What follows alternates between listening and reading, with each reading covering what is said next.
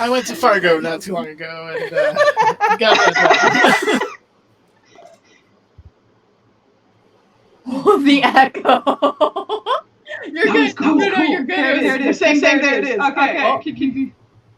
Now it's working. It's a bit echoey. Hello, is Kristen there now?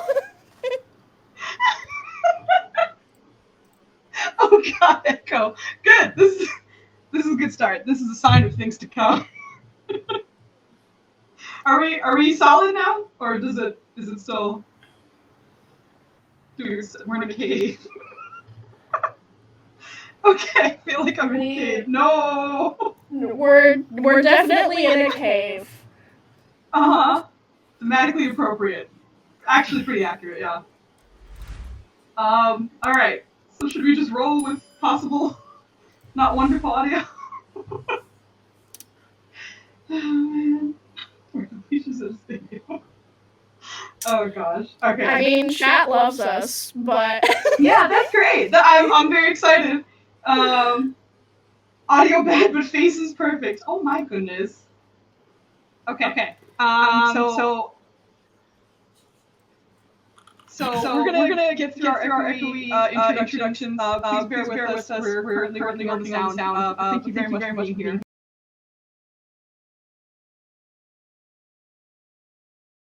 For this 8 episode series, nice horror, fun D&D homebrew.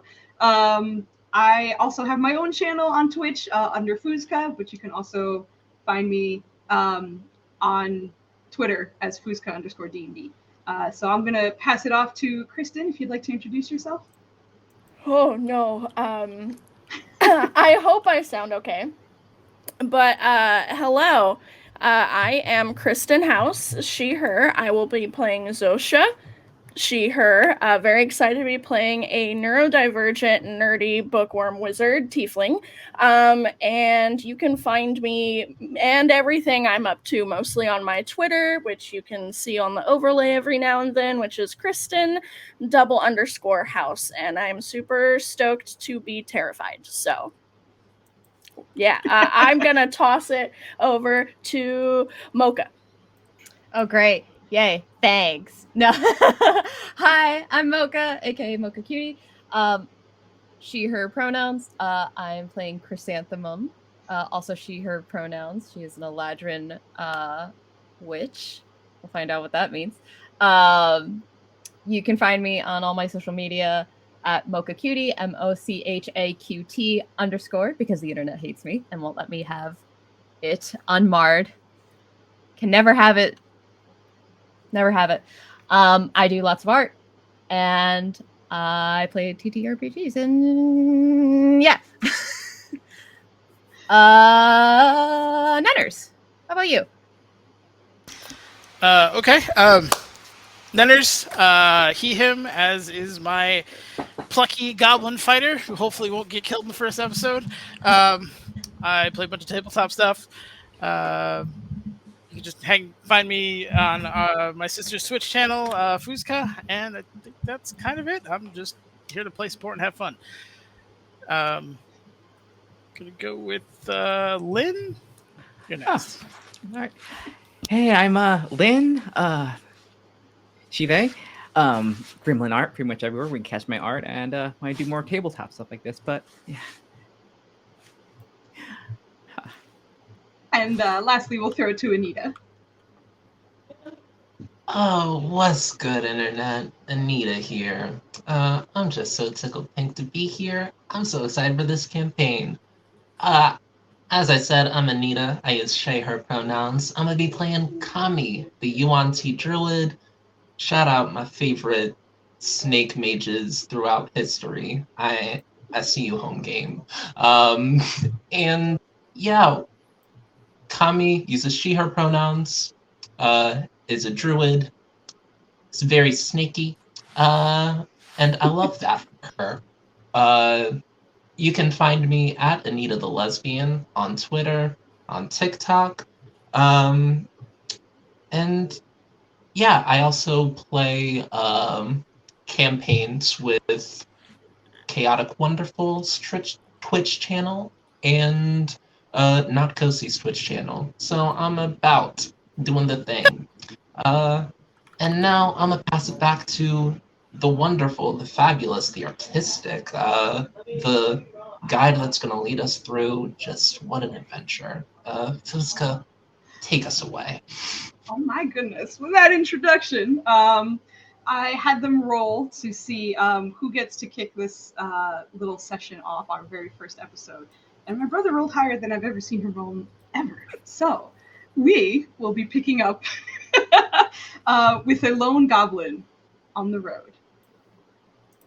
It is well past midnight. The moon is very, very bright above you. It's a nice, cool day. And you find yourself following the last lead you had, looking for people who at some point were very important to you. But you're trudging along in the dark. Thankfully, this trail's pretty empty at this time of night. You find yourself alone. With only the moonlight to guide you. But as you are walking, you start hearing a whistling sound above you. It sounds like something is incoming. And you look up just in time to see something glowing in the night. It looks sharp, and it almost looks crystalline, but it's coming your way. What do you do? Shield off my back immediately. Spear down at the ready. Just trying to look around, also looking for exit routes. If it's going to be impacting on me, I'm absolutely skittering out of the way. Go ahead and roll me a dexterity saving throw. Oh no. Can I take the roll I had earlier? I apologize. You're about to see what my dump stat was. Here we go. Oh, shit! Yo! Incredible! A 17. So as you're pulling up your shield and you're preparing, as that whistling caught your attention just in time for you to react, you, probably to your own surprise, manage to just kind of tuck and roll out of the way, and you hear the heavy thunk of something sinking into the trail right beside you. And it hits with such an impact that you're actually peppered with a few pebbles and stones. And as you turn to look, you see a shard of what seems to be very pale blue and a soft, dim, glowing light in the center. And as it pulses, you start to hear what you think is combat. It sounds like metal clanging against metal, claws being tearing through fabric. But the louder that sound gets, the brighter the glow gets. And you're not far away. You did manage to dodge out, but in about the 2 or 3 seconds you take to just register what's next to you, you hear what sounds like a female voice struggling in combat, but she seems to very much be fighting a difficult fight. And as you stare at it, you start to make out what looks like an armored woman, spear in hand, fully armored from head to toe. Even her face is covered, but there's just long silver braid that bellows behind her. But as this is happening and you're starting to get this, the crystal flares. Right. All of your vision turns white, to the point where you close your eyes, but it's still white. And soon after, darkness. And after that, we will pick up with a witch.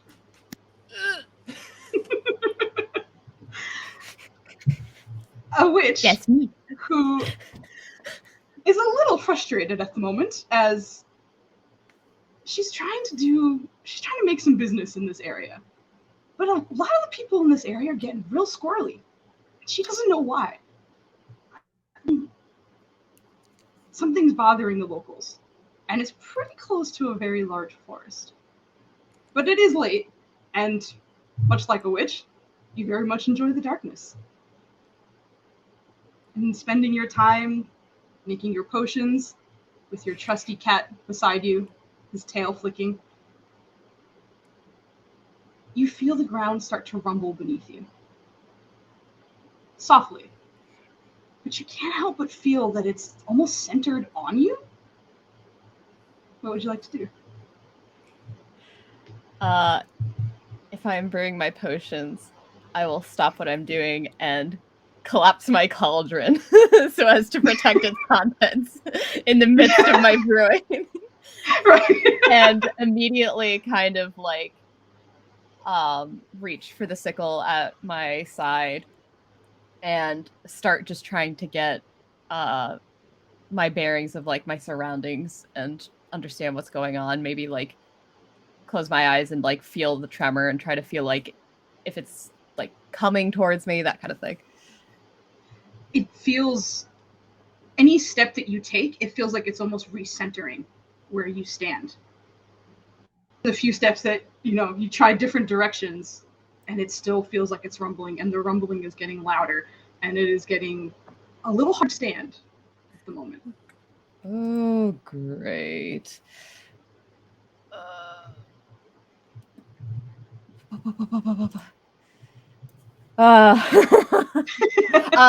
I'm going to cast. Since I'm in the forest, I'm going to try and cast Thorn Whip and try to pull myself off the ground. Okay, cool. I like that. Although if the Thorn Whip is pulling you, you can give me an athletics check. I'll say at advantage just because the spell's doing most of the work. you're just Thank you for that, because I'm not. Yeah. Oh, doesn't matter. It's a good roll. It's a good roll. She doesn't like. The Thorn Whip goes off, thankfully, and you feel the satisfaction of the thorns digging into the tree trunk beside you. And as you're about to pull, that eruption behind you is so loud and so forceful that it actually kind of knocks you off your feet. You're still kind of connected to it, but your legs just get blasted out from underneath you. And there's a moment where you're like, oh, am I in one piece? But like as you're kind of flying and you're holding on, you turn and see what also looks like a sharp crystalline shard, this time bursting from the ground, spilling dirt, grass, and your familiar also seems to be scrambling about in midair, much like a cat, trying desperately to get his paws beneath him. And in that split second, you also hear the sound of combat.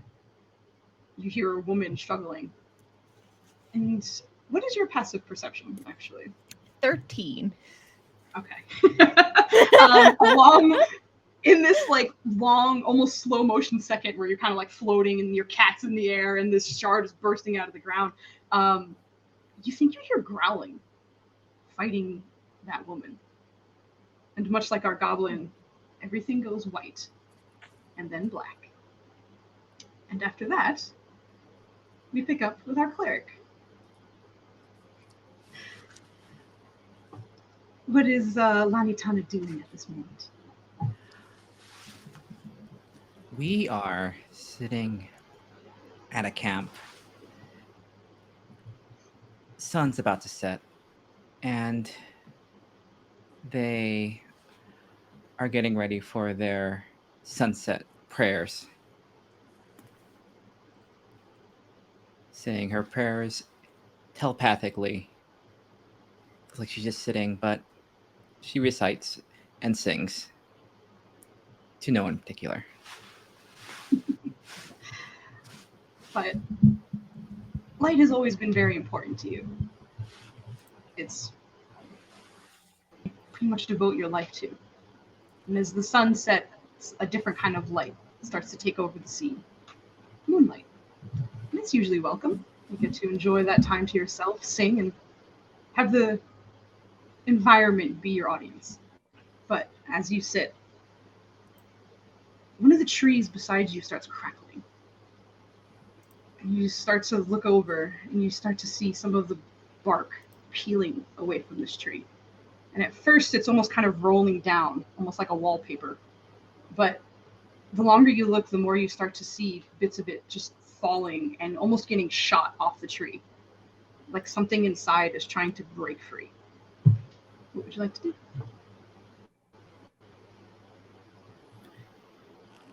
We will stand, take our crystalline staff in hand, thump it on the ground, and out loud just declare, darkness will not keep you hidden.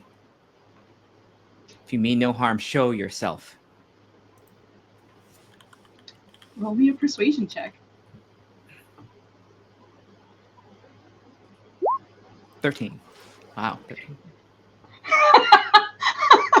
Surprise is always good when you roll a number and you're like, but you shout and declare out loud to this tree or something in the tree that seems to have taken a life onto its own.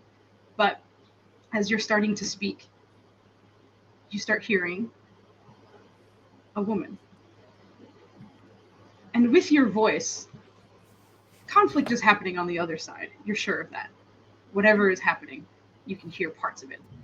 But after you speak, you hear that woman who seems to be struggling respond, "Follower of the light, I need your help."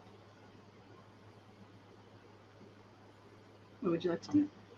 The tree continues to rumble and shake until there's almost no bark left on it, and you're starting to watch the trunk start to splinter.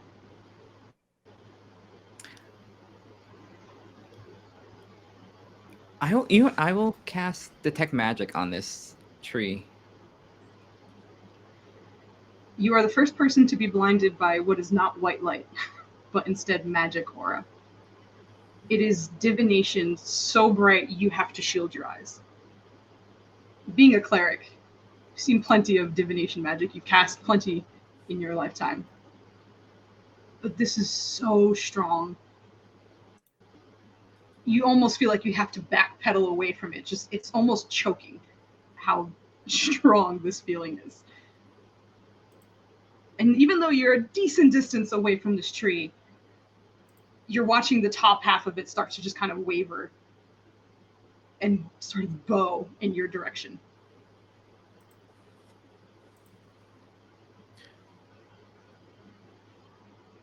In their mind, they say,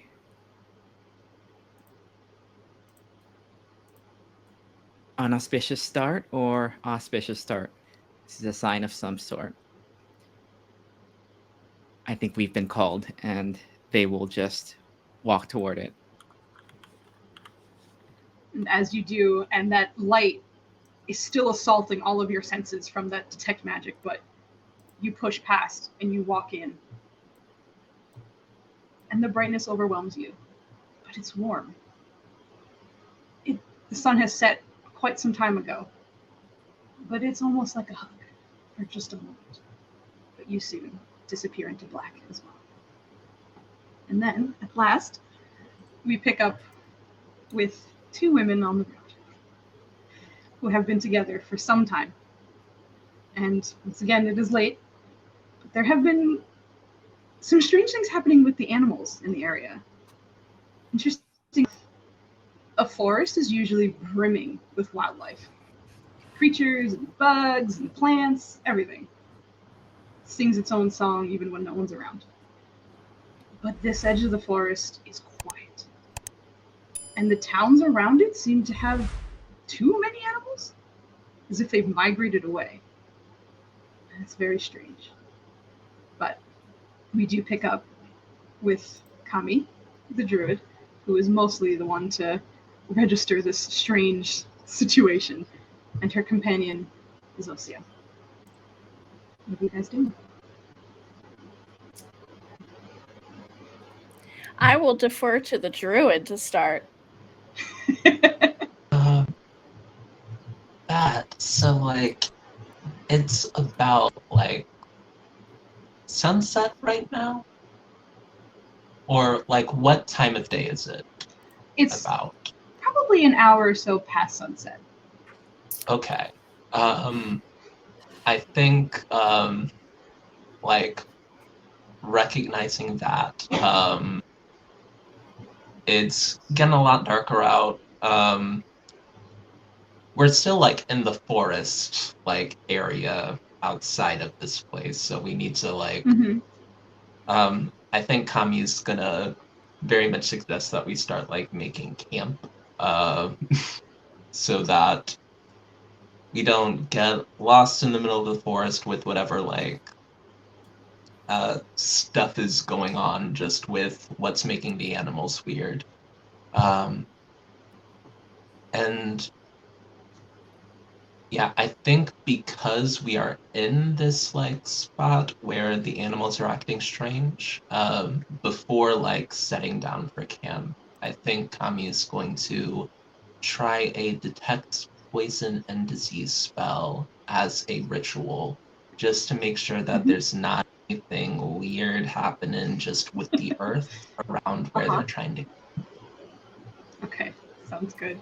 And as you do cast that spell in a ritual, so there's about 10 minutes where Kami's just focusing.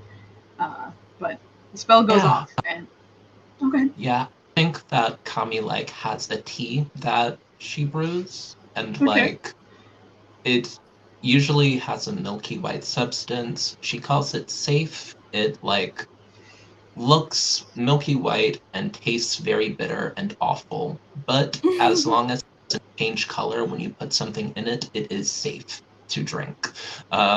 So brews the tea, like takes 10 minutes and like walks it around the area, like looking at it, making sure that everything smells like okay.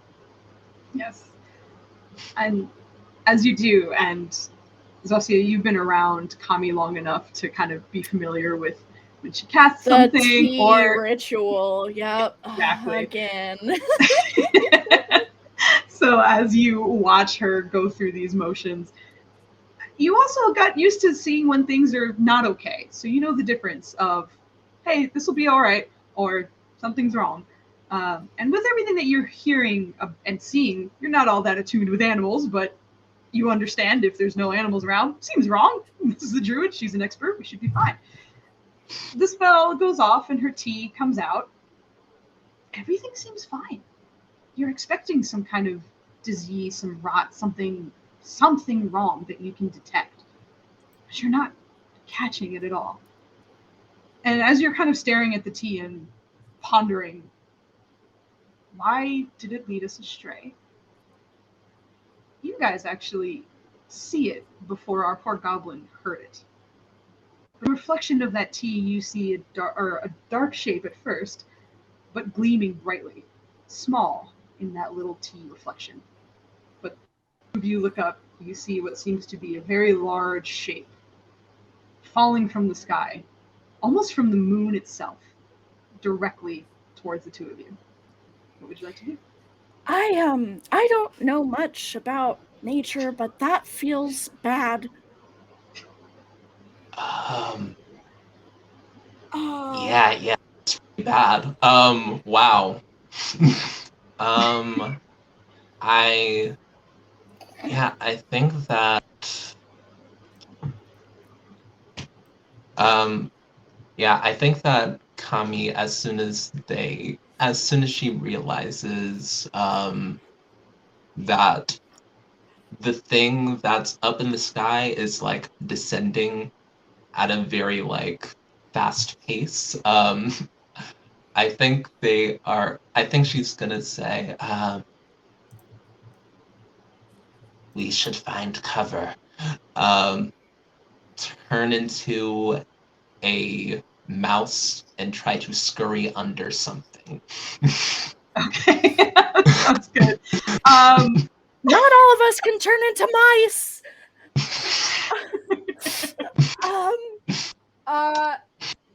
Zosha will try and oh my gosh, is there anywhere nearby that looks like it would be cover better than like, please let me run. Unfortunately, your druid friend has led you to an area where it's bushes or trees, maybe grass. Great. Okay. Not a lot of options, unfortunately. But in this few seconds, what does this thing? It's probably faster to run away. Yeah. Okay, yeah, just gonna run then. Okay. I will need a dexterity saving throw from both of you. Oh no. You are scattering. Oh no. What is a mouse's dexterity? I get to look this up now. Yeah. Druids. Hey, druids. Yeah, my Oh, roll man. tracks. It tracks. I didn't even see it. What'd you? Oh no. Ooh. Anyways, Harry's the best roller of this group. Don't curse me. Alright. It's only gonna get worse. Rat gets +0. So let's Okay. try it out. So just a d20.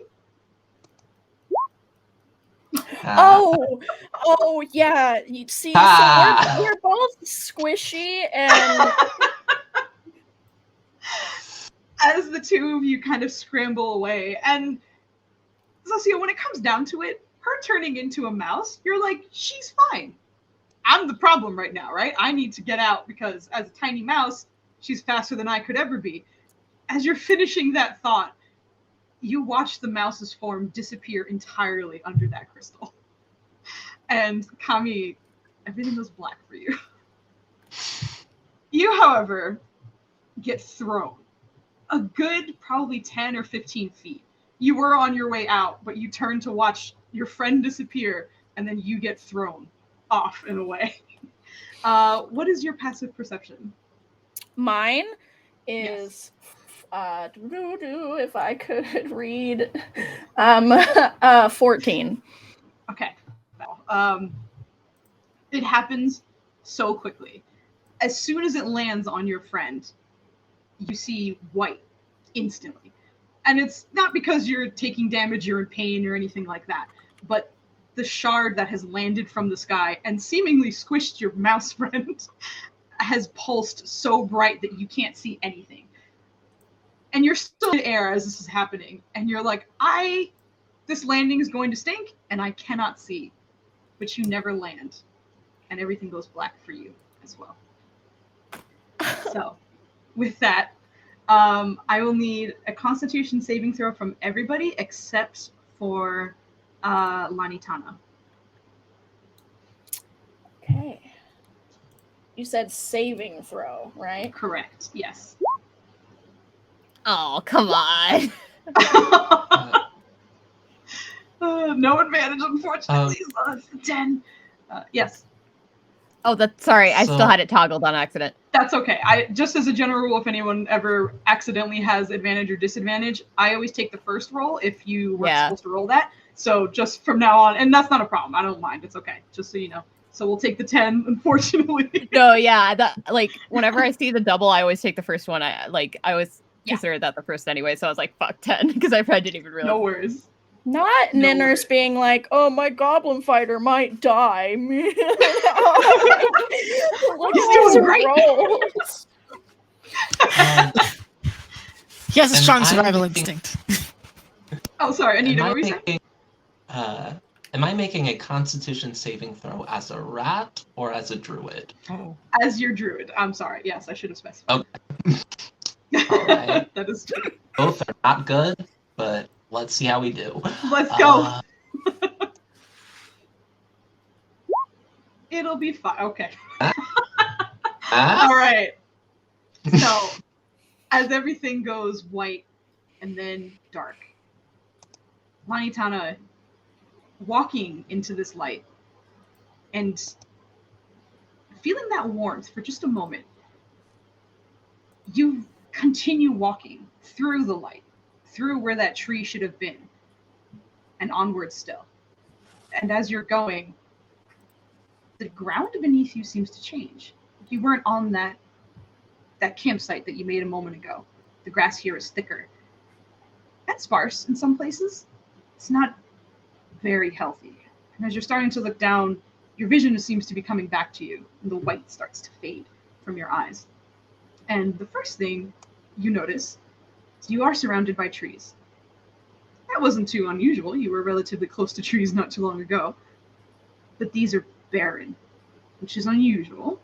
This is probably towards the end of spring. It should be lush. It should be beautiful. But there's a few dead leaves scattered around you. This is a new environment.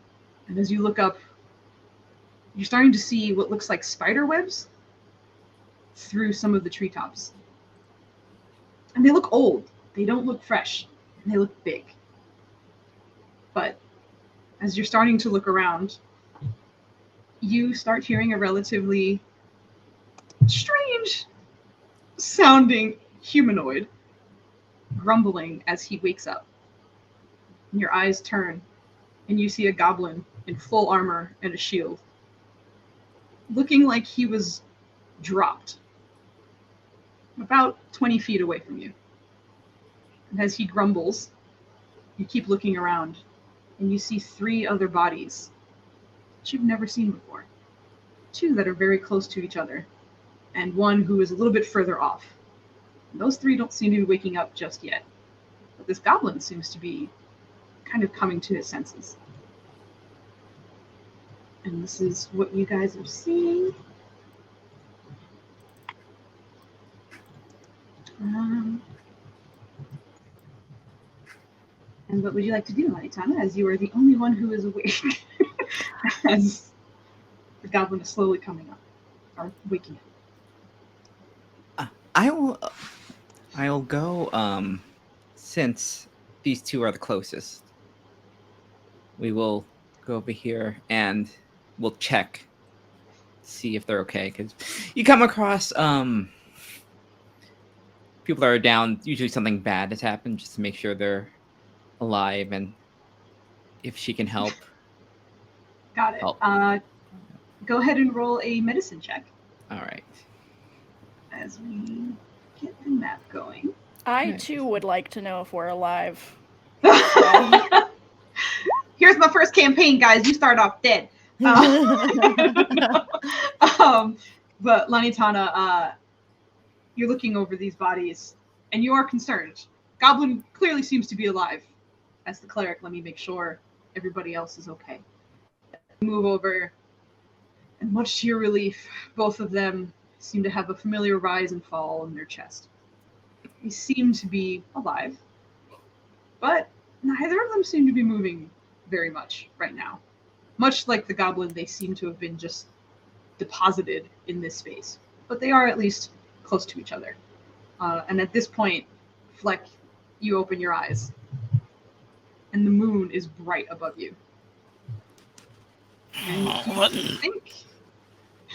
And you hear, not too far off, what sounds like a person investigating someone else.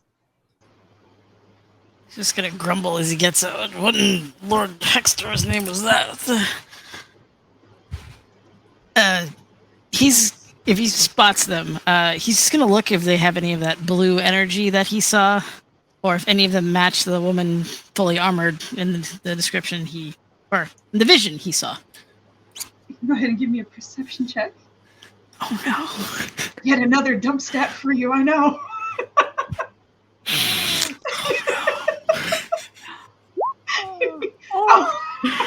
It is about time.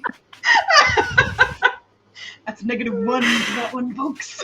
But as you're looking in that direction, that cleric seems awful shiny. You're not sure why. It takes you a second, but that's just the moon reflecting off armor. Nope, that's not the blue glow at all. That's just moonlight.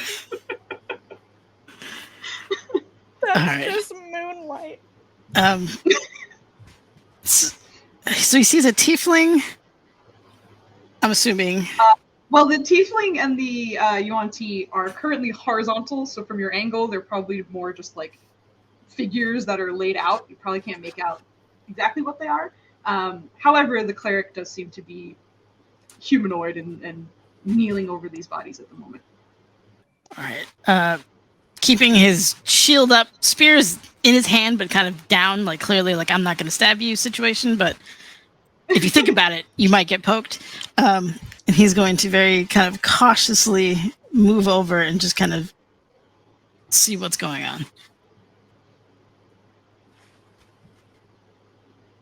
Manitana, you are approached by a goblin from behind. They will look in Fleck's direction and just see jet black eyes looking back at you. And in your head, oh, hello, friend. I mean you no harm. Are you okay? You know these people? He's gonna shake his head for a moment and... No, Big Crystal came down, almost splattered me. Did you see the same? No, we didn't see anything like that. We saw a tree being split, bark from trunk, and we just came here. You see a woman in armor with similar weapons to me, spear, shield, running around. To look around. No, we just got here. We haven't seen anything. Okay. How bad did the other two look to pluck? You can give me a medicine check as well, which is once again one of your awesome features. I'm sure. But go ahead, give me a medicine check. Yeah. Mm-hmm.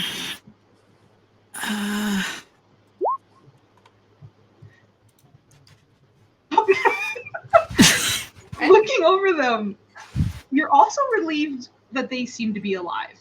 They're breathing.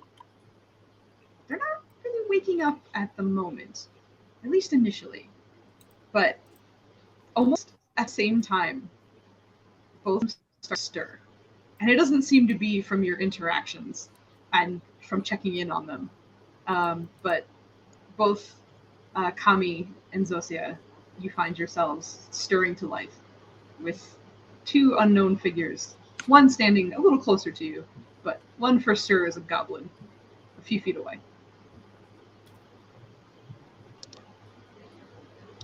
Oh. People with armor and weapons surrounding me. Hello. Kami. Please Again. don't stab us. Am I also conscious? Did I miss that? Yes. Okay. No, you both are awake. Great. Immediately, Zosha's gonna throw her arms around Kami. Oh my god, I thought you were dead. That thing it just landed on top of you, and you were a mouse, and it was huge, and oh god, oh. She's gonna notice everyone else. Yeah. So, just so I don't keep saying this, Lantana will speak telepathically unless I say so. It's every time. Okay. Are you two okay? Oh. You're unconscious. You're in my head. Oh, we mean no disrespect. That this is just how we communicate. No. That's okay. Incredible. How do you do that? Yes, I would. Yeah. We can talk. Mm-hmm. Where are we? Do you know? We were going to ask you the same thing.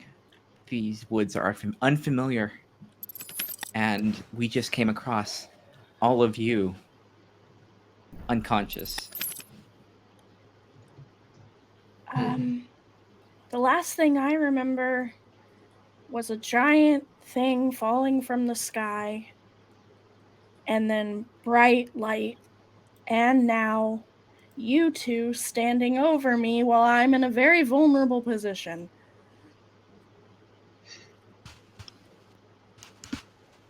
A giant crystal came down by me too. Okay. We don't know friend from foe yet, so he'll put his spear down for a sec, or like on his back, and like offer you a hilariously short arm to be pulled up, probably 3 feet.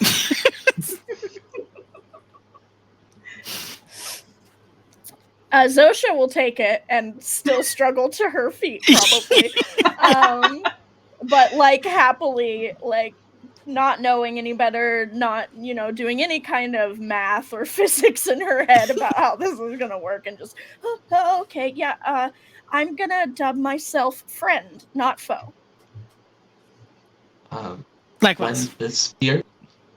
When the spear goes away, Kami visibly relaxes and will sort of start getting up herself with a very beautiful and ornate staff that has like a python, a ball python, like carved into the head of it. And start looking around, trying to like figure out if we're in the same type of forest, if like just trying to figure out bearings and stuff. All right. You can give me either a nature or investigation check. Can I, alongside that, do some investigating about like what it looks like around here? You sure can. You can I'm give me investigation or perception. So you can. Yeah, I'm definitely nature, so you can. Now you know what my dub stat is. You know which one I'm killing it in. No. But as you take a look around, you're just trying to figure out where you are. You have keen mind, correct? I do. Which one of the wonderful things about that is you can always tell what time of day it is. How long, how much time has sort of passed, and what's going on. Correct. When you were settling down, and when your mouse friend got squished by a giant crystal that came from the moon, your era was kind of early in the night. But right now, it feels like you probably have an hour or two before dawn. There was a lot of time you lost. You're not entirely sure if it's the same day anymore. I'll share that information with the group. Just tell everybody. Oh, And that is. Sorry, go ahead. Oh, that's curious. We had just done our sunset ceremony, and that's unusual. And for Kami, as you're taking sorry. Okay, good. I keep talking over everybody. Kami, as you're looking around,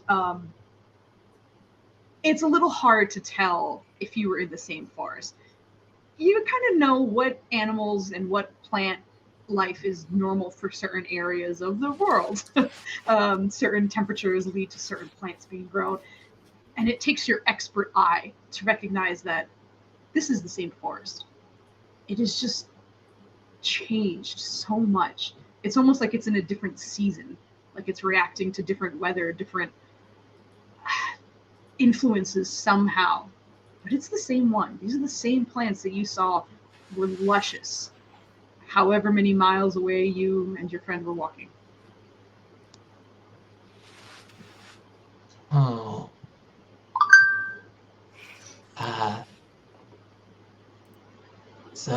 Sophia, I think you're right. We've been out for much longer than a night, it seems. It's very strange. We're no longer in midsummer.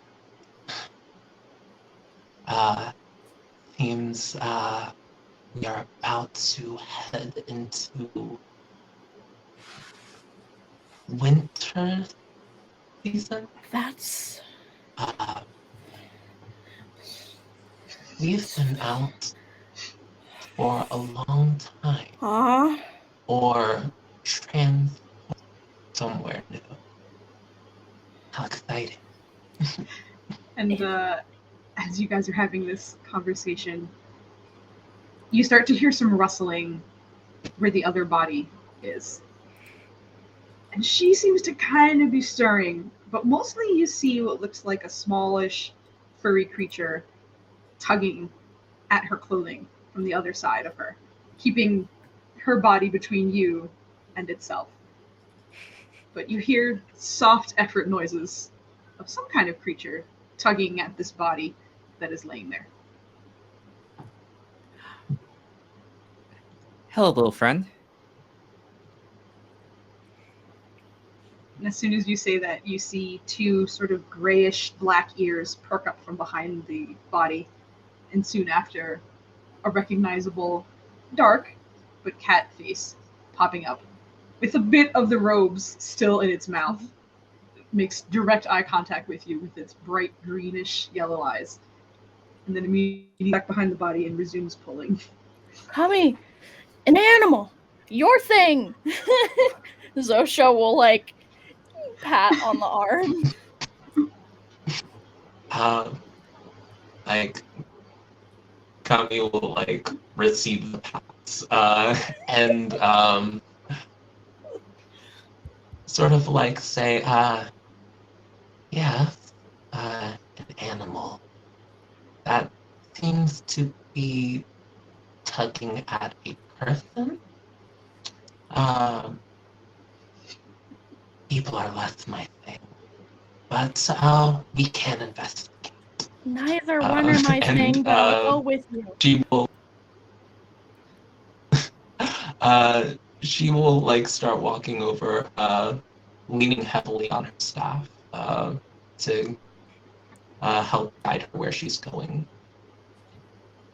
And Lanitana, as you watch And druid, what did I see? Sorry. Yeah, I'm curious. What do I see like as I find like the cat pulling at a witch on the ground? Correct. Sorry, there was some lag there, so I apologize. I started speaking when you were talking. But you see what looks to be a pink-haired woman on the ground. She seems to have a lot of things under her clothing, a lot of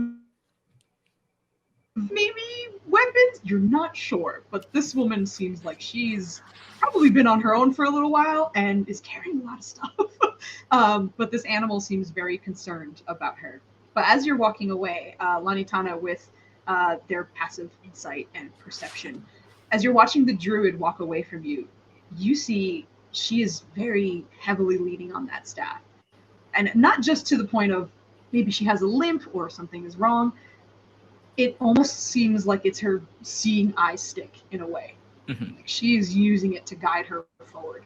But you just kind of clock that with the wisdom stats. But as you are reaching the body of the pink-haired witch, you're looking over her, and you just about start to wake up, Chrysanthemum, to an unfamiliar woman standing above you.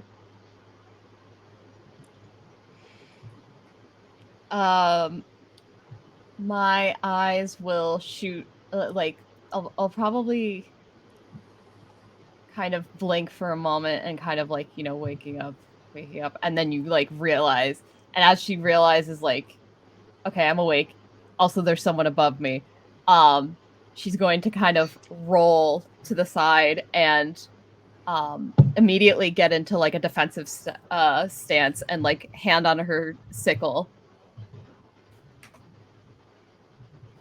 just staring at Kami, and then I can see everyone else as well, right? Yes, a little bit further off. Not too much, but everyone, pretty much all eyes are on you at the moment. The question was friend or foe. We decided friend. Huh. Right. Oh, Anita, I think you're muted.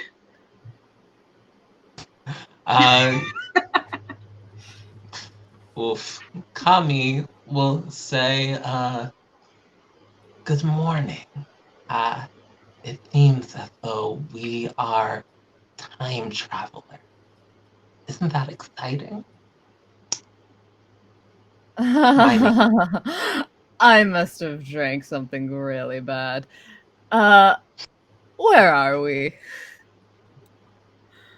She's still like looking kind of defensive though. I think she's probably dealt with people who are like, we're totally friends, you're fine, gotten into some shady like situations. So she's still kind of on the defensive, but I know the name of this forest, right, BM?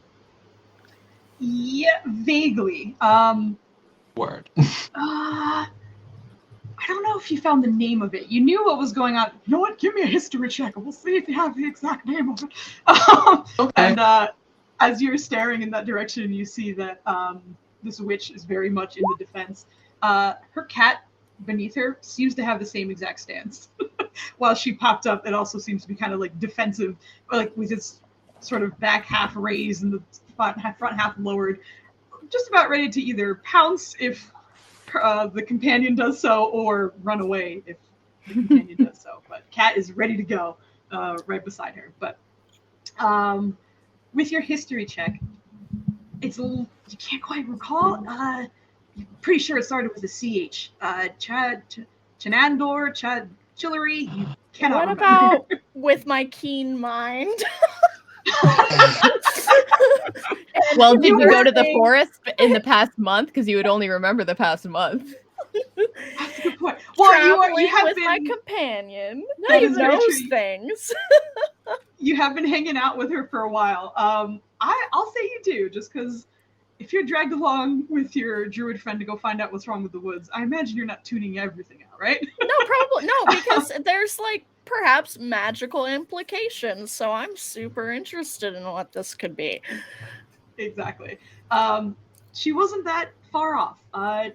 This is the Chandori Forest. This is the Chandori Forest.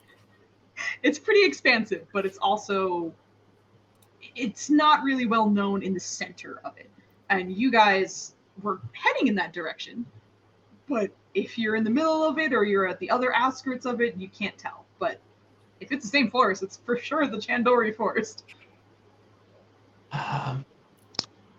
We wish you no harm. It seems as though we have all found ourselves a little bit lost.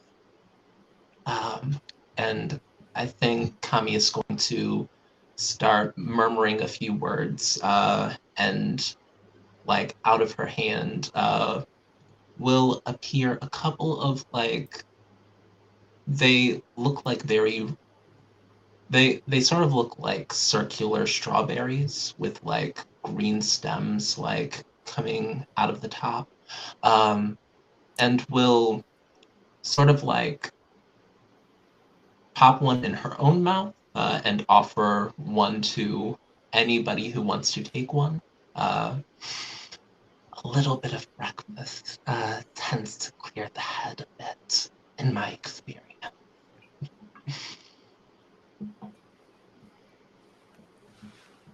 Chrysanthemum will kind of pause and assess the situation, and her posture will lax, but she won't reach out for one of the berries just yet. She'll kind of still keep to where she is, but she will still follow up and like kind of rummage under her jacket this like long like dark almost black kind of cloak, and pull out just like some rations and munch on it while keeping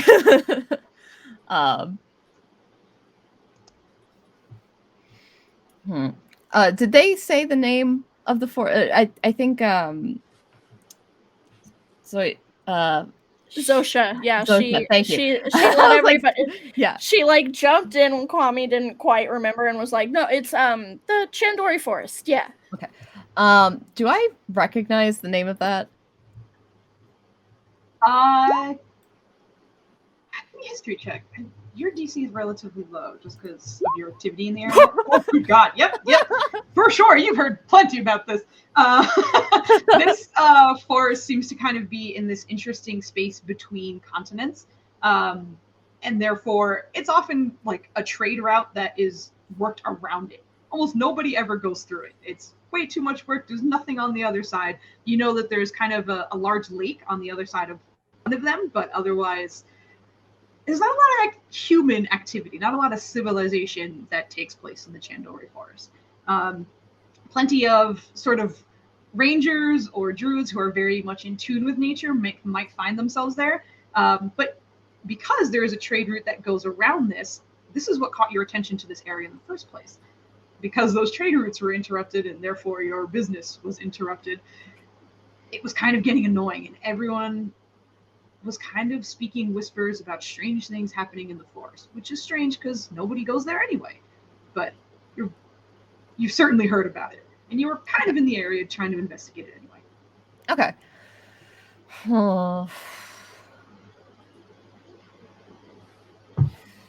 Well, word all around the towns was that there were weird things happening here, but I don't really know the details, but maybe we were caught up in some of it. If what you're saying is true, at least.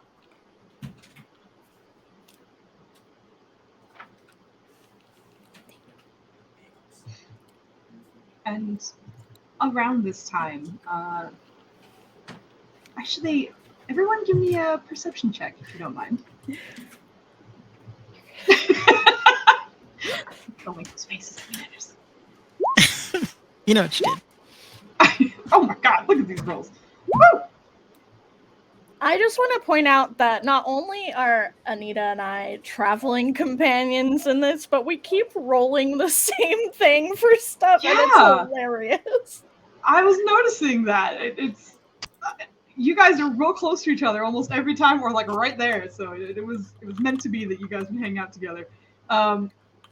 But the witch, who is probably the most on edge right now, everyone else is kind of trying to either greet each other or figure out what's going on. Chrysanthemum, you are just on the defensive. You're just, what is happening? Where am I? What is going on? And you start to hear rustling probably in a good 60, 70 feet away, vaguely in the direction of where the tree line kind of starts to thicken a little bit. I'll just give you a little bit of arrow so you kind of know what direction it's in, but roughly in that area. Now, it is dark.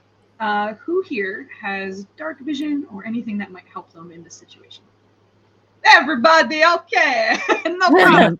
300 feet, if that's Everybody has Oh, the yeah, dark 'cause you're- vision. I forgot. You get dark vision. You get dark vision. It's the Oprah of dark visions. So everybody be able to see pretty dang well in the darkness. And the moon is very bright tonight. It is a full moon, and it is illuminating almost everything around you. But with your dark vision, you guys are having no problem. Chrysanthemum sees something first, and then immediately after Kami and Zosha. But the direction of that arrow where I had, something seems to be kind of pulling away from you guys. It doesn't seem to be approaching, but instead retreating. And it's sluggish, and it sounds like something might be getting dragged. But you guys catch it first. And slowly after that does Lanitana pick up. And Fleck just seems to be fascinated with all the conversation that's happening and doesn't quite pick up on the sounds that, strangely enough, he's kind of closest to, but doesn't seem to register. Did you hear that? Was Yes. there another one of you? Or what? We You guys were came just by talking. ourselves.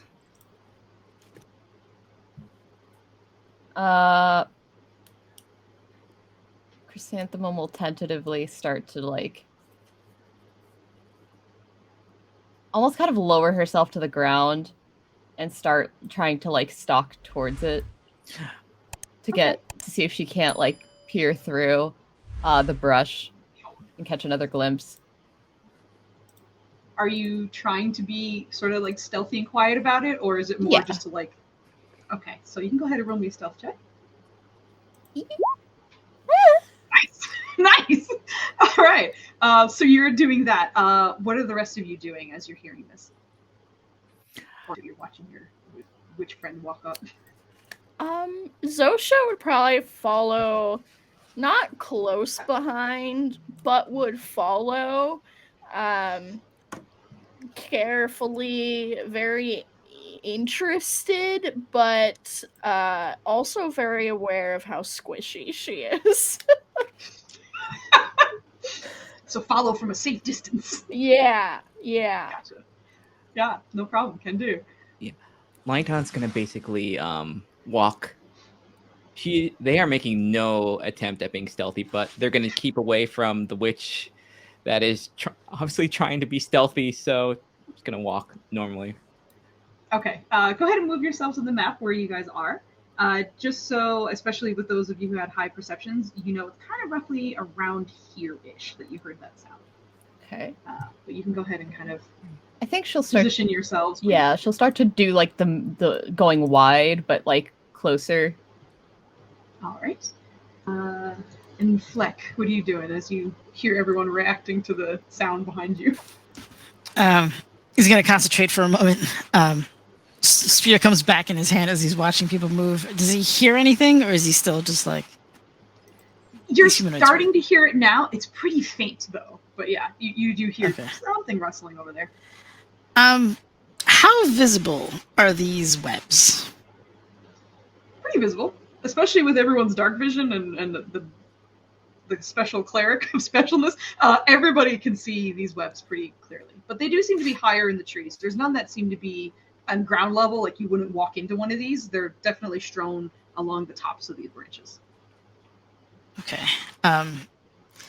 He's going to look to the other one who's still here. And in your mind, you hear his voice. You look like one who is sensitive to nature. Where there's webs, there's usually... How big are those webs? Are they like... They're goblins. Are they like... Is that the 1-to-1 web ratio? Like, correct. Like, what you see on the map is very much their size. They are spanning like 15, 20, sometimes 30 feet between these trees. Yeah, he's gonna start back. He's gonna like back up and just kind of watch and wait. Actually, if anything, he's gonna get up on this rock, so he's got like a defense, like like a wall he knows he can like back up into, and is just gonna keep an eye out. All right, sounds good. Yeah. And Kami, is there anything you'd like to do? I think Kami is just like looking around at all these people with like weapons out, armor. Like Zoshia, her like traveling companion, is like all of a sudden like hopping into a fray and like doing like stealth stuff and scouting out things. And I think Kami is like, I apparently woke up from a very long nap. I should probably like take a seat, enjoy my berries, like sort of center myself. Because it sounded like the thing was getting dragged away, and like it sounds like it didn't want to like come toward us. So I think Kami thinks everything's fine, and it's just going to like sit down, like relax for a little bit, try to like figure out like what's going on. She'll like take out her staff and sort of say, wow, Simon, we have gotten ourselves into something very interesting today. But we'll probably just like start her morning meditations, because that's what she usually does. Okay. Sounds good. So the yeah, she's sitting on a soft. Sorry. Okay, sounds good. I apologize. There's a little bit of lag, so if I talk over you, that's that. I apologize. The three of you who are approaching, which seems to be Lanitana, Chrysanthemum, and Zosha, you guys can go ahead and roll me another perception check. And this is just to kind of see how much detail you're getting, because you all have dark vision. You are seeing this. It's just to see, it's just to see how much you get from it. Don't worry, I'm right behind you. Both ends of the die, baby. We're good. Don't worry. As you guys are looking in there, in that direction, Chris, you're starting to see a relatively large figure, probably like 9-10 feet wide or so. It's a little hard to make out details. And as you're starting to stare, your cat kind of whines between your legs, and it's just enough for you to be like, what are you doing? And you like almost nearly lose your balance, but in that moment it just kind of distracts you long enough to not get a good bead on what this is. For Lanitana, you're looking at this and you can see that something kind of looks like it's hunched down and seems to be kind of dragging something away, something that is in front of it. And the longer you stare, the more you're kind of picking out body parts. First, you see what looks like a large, bulbous rear end and a few legs. And it's a little hard to make out the rest. Kristen, I love you. I'm so sorry. Zosha. Yep. Of You course, get- I'm the one who sees it. Full details. But you make out what seems to also be a body dragged away from the group. And what you undoubtedly confirm is a spider. Chrysanthemum, it's a spider. It's a spider. And it's dragging something away. It hurt something. A spider. It's huge. It's huge. And I would say, even though you got a natural 1 chrysanthemum on your initial roll, once she starts speaking out loud, you can see it as well. And Monitana, you're getting more details the longer you're staring at it as well. Well, do we want to see if that person is still alive? We can't leave someone to be eaten Very by a well. spider. As Of she course. starts Yeah. moving, like continuing her stealth forward, like she just wanted. She got the one confirmation. That's all she needed. But in her head, she's like, "I can use spiders." She's like going through the list of of things that she can use from a giant spider that she knows. Right, exactly. All right, so it like, looks like the 3 who were advancing are continuing to advance. Yeah. And I'll keep up with you in just a Oh, were you going to say something else? No. Okay, great. I was gonna say Chrysanthemum would look back to Plek and Kami and kind of motion like, "Are you coming?" Right, and we'll pick up with Fleck and Kami. You guys see and hear them being like, "That's a spider," and then going towards it.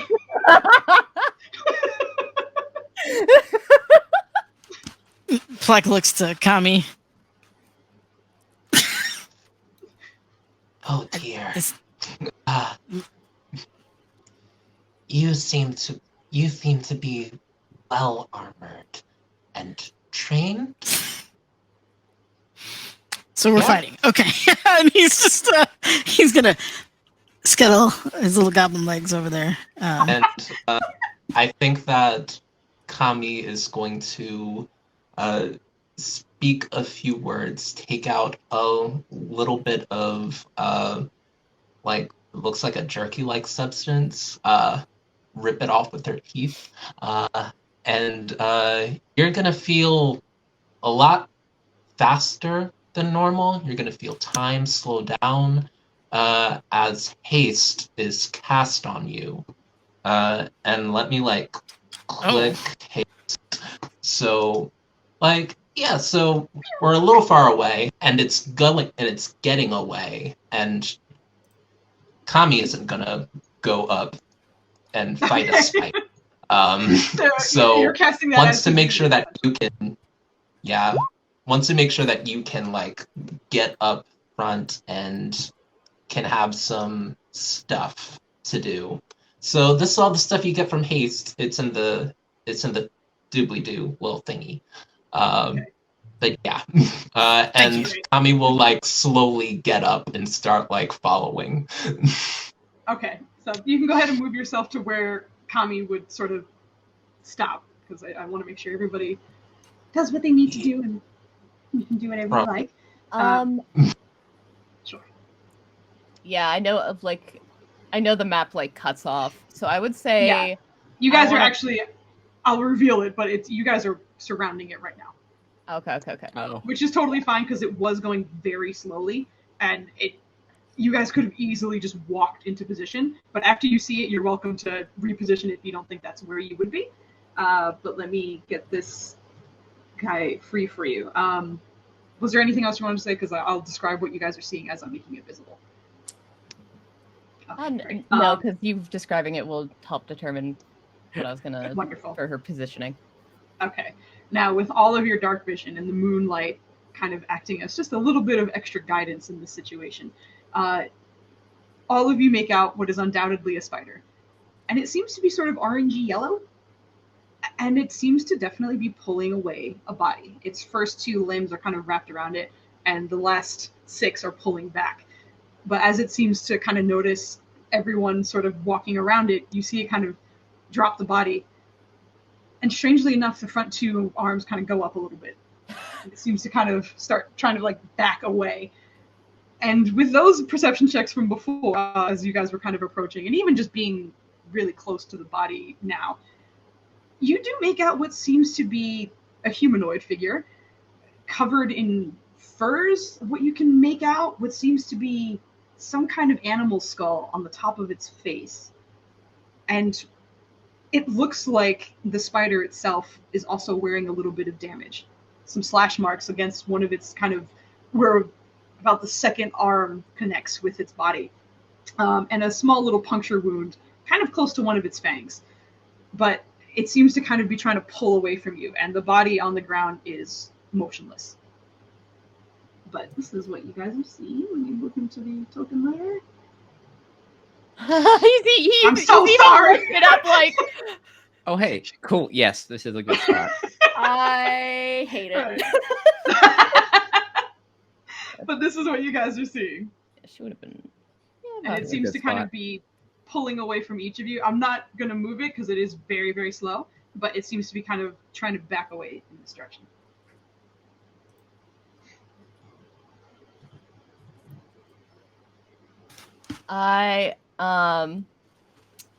Chrysanthemum, as they were approaching you, would have seen her like pull up this mask that was kind of hanging around her neck. And now that you're all a bit closer, you see that it's like the top half of it, like no, not top half, basically a skull, like a carved skull that has these like runes all grafted along the top. And she kind of like puts it on and into place. And oh man, she kind of wants ingredients. She's gonna like hold out her sickle towards it and go, hold on there. Roll me animal handling. We're not good at that. Apparently we're okay at that. Yeah. Interestingly enough, as if it understands your words, keeps both of the front arms still up, but freezes in space. All right. Seeing. Oh, Go ahead. No, go. I was going to do something else. Please finish what you're doing. I'm sorry. Oh, I was just going to say, I wanted to ask if she kind of clocks that, like registers, wait, it actually understood what I was saying. Or like if it felt that way. It's actually, you can insight after that if you're trying to like read into like, did you understand me? Or did I speak so good that you just, the duality of men. Well, oh yeah, for sure I understood every single word you just said. Go ahead. Yeah. Honestly, in that vein, you're going to watch as kind of the weird hair tentacles that Plek has on the back of his head begin to lift, kind of as if they're like underwater for a moment. And he's going to cast Detect Thoughts and hope that this creature has more than a 3 int. Let me. Well, it totally understood what I said, so it has to have. I hope so. Probably, maybe. Okay. Let me read this while text. Has to have this right, and then you get surface thoughts. Okay. You are relieved that this thing seems to be smarter than the average bear. But as you lean into it with this spell, the first thing you hear is, shoot. I'm sorry, I didn't mean to be here. Oh boy. He's gonna kind of put his spear in like a guard stance, and it's just hold up. It's not hostile to us. Zosha will throw up dancing lights to just like help us see better. Like 5 globules will just like boop, boop, boop, boop, like all like towards the area where the spider is. Yeah, and you guys are able to make this out in great detail. Which, by the way, the way you started that sentence, I thought you were just going to end it as though she's going to throw up. I was like, oh, No, but Kristen But, might. uh, Kristen might now that she can see it clearly.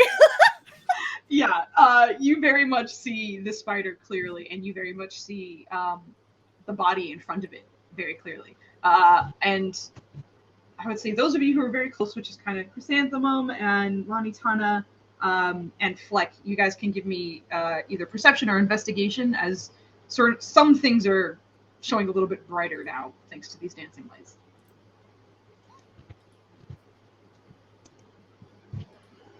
Okay. All right. And Nenu's your perception or investigation, whichever you prefer. Oh, I'm sure they're both great. actually, investigation's real good. Yeah. It's real good. Yeah, real good. This is where I What normally. you're kind of catching as you're kind of behind the spider, the body is in the front, so it's kind of closest to Chrysanthemum at the moment. But you don't get a great view just because you're behind it, and the mass of the spider is kind of between you and that vision. But whatever you're able to make out from this spider, you're not wildly familiar with spiders, but if you had to guess, it almost seems like this particular one is a little malnourished, a little sluggish, a little tired. And you're kind of getting that from the surface thoughts as well. The Chrysanthemum, on your side, as close as you are to the body and the spider, the body seems to have what you can only think is trophies strung around its waist. Mhm. They seem to be body parts of various different creatures. The kind of make out seem to be maybe hooves of a deer, and then the paw of a bear, and then a human hand, and then a human ear, and then a human. Is that a pinky toe? Like, you're having trouble making it out. And with the spider right on top of it, you're like, I'm not sure if I should get closer to find out, but that's what you get at the moment. And Lynn, through this, sorry, Lanitana, called you your real name, as your keen eyes kind of take in this whole position, the spider's body language is very much a like, I'm trying to get out of here, and I clearly just came out of a fight, and I don't seem very healthy.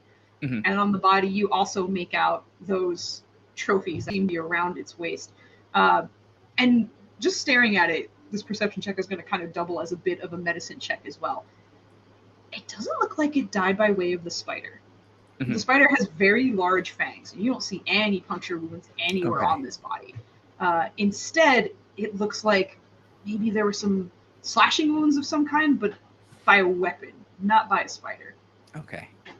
And that's what the three of you kind of glean from this situation. All right. I think seeing that, Lanitana will raise their hand and speak into the spider's mind. We don't want to fight. We just want that. You can go. You're lucky, Chrysanthemum can't hear you.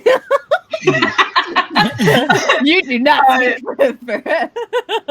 And they will like step forward. Towards it. Yes. Okay. And you watch all 8 eyes kind of turn to you immediately. And what seems to be, if you had to guess what a panicked spider would look like, it looks panicked as soon as it hears your voice in its mind. And it seems to kind of just like jitter around and like look at you because you're walking towards it, but look around because there seems to be like, where the fuck is that sound coming from? But as you approach, you hear the thoughts in response. And it doesn't seem to be responding to you kind of willingly, but it's almost like that sort of detect thoughts where you're just hearing what it's thinking out loud. But you send that message and you hear, What? No, didn't want to be here. Just gonna take a few steps back. Go quickly. So, because Chrysanthemum cannot hear what Lanitana is saying or trying to do, Mhm. she just sees that the spider is distracted and is gonna start creeping up behind. Like she's like, "Good job," and start like going around behind it, like clearly, like readying herself to strike from behind for like everyone else to see. I'm not gonna have her attack if anyone like wants to stop her, or like I'm giving the opportunity for someone to like stop her, but Yeah, she looks ready. You look She's like, yeah. I If will let Plex Nita- sees you, he's gonna put his spear out to be like, just hold. I'm in its head. I know it doesn't make any. He said, and then he switches to from vocal to in your head. I'm in its mind. It's terrified and does not want to be here. she just thinks, if yeah, she will think back. That's nice and all, but there's a lot that you can get out of a giant spider, you know. Look around. I don't think you're gonna have a hard time getting other spiders. Fair point. We just got here. What if this one went off and finds another person to take? We don't want it. We don't want that. As you were having this conversation, through the surface thoughts of your spell, you start to hear the spider also kind of confirming a few things, but Someone behind. Snuck up. Think sticky feet can't see. Can see always. it kind of seems to kind of be turning in place. Even though the body language doesn't seem to acknowledge that Chrysanthemum is where she is, just hearing the surface thoughts, you are well aware that that spider absolutely knows that she's there. Yeah. Also, it's tracking you, and I think its name is Sticky Feet. Quaint.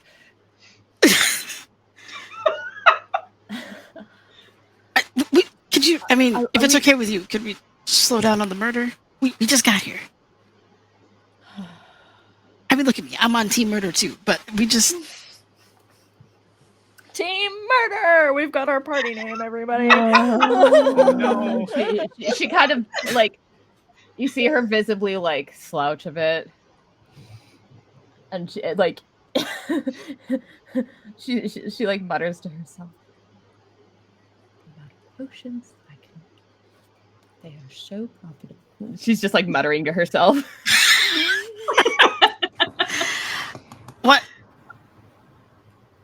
He looks over to the humanoid that's dragging. He didn't get the description that you got, obviously. Yeah. But does he look like he has anything useful on him? To a fighter? To a fighter. Okay. Well, actually, the way it was moving and stuff, I was gonna have you roll, but I think it's close enough, and you have the time now. You're not like, let me just glance.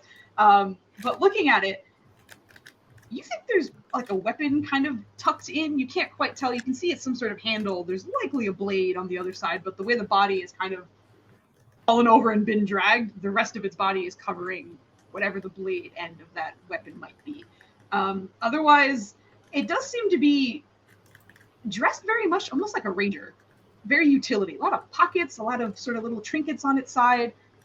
It seems like it probably spent a lot of its time in this forest.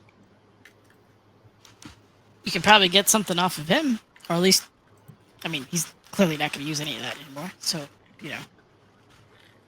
The spider is going to eat it.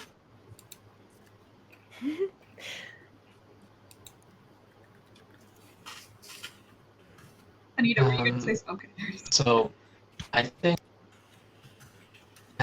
think while like people have been cornering this animal and like there's been a very like tense standoff, I think once Kami sort of recognizes, oh, the spider is not about that action. I think Kami's gonna like start walking forward, and will cast. Is going to cast Speak with Animals, and like y'all like see and hear her like start speaking in like spider jitters and like mandible clacking sort of stuff. I think Kami is just going to say, you seem unwell, and unlucky for you, it seems that you have become the prey of the pink-haired witch. If I were you, I would run. And she just like says that as she goes up to the corpse figure and tries to like administer some medicine. Like, let's see, 5, 10, 15, 20. Yeah. He's gonna try to like see if they need any help. Gotcha. You can go ahead and give me a medicine check, and as you cast your speak with animals and you speak to the spider, it also seems to kind of like snap in your direction, at least the eyes do, and it responds back to you. But you hear, don't want trouble. Sticky feet. Very hungry. Was trying to run. Trying to get out. Found food. Was trying to. Can I have food? I'm very hungry. Oh, food.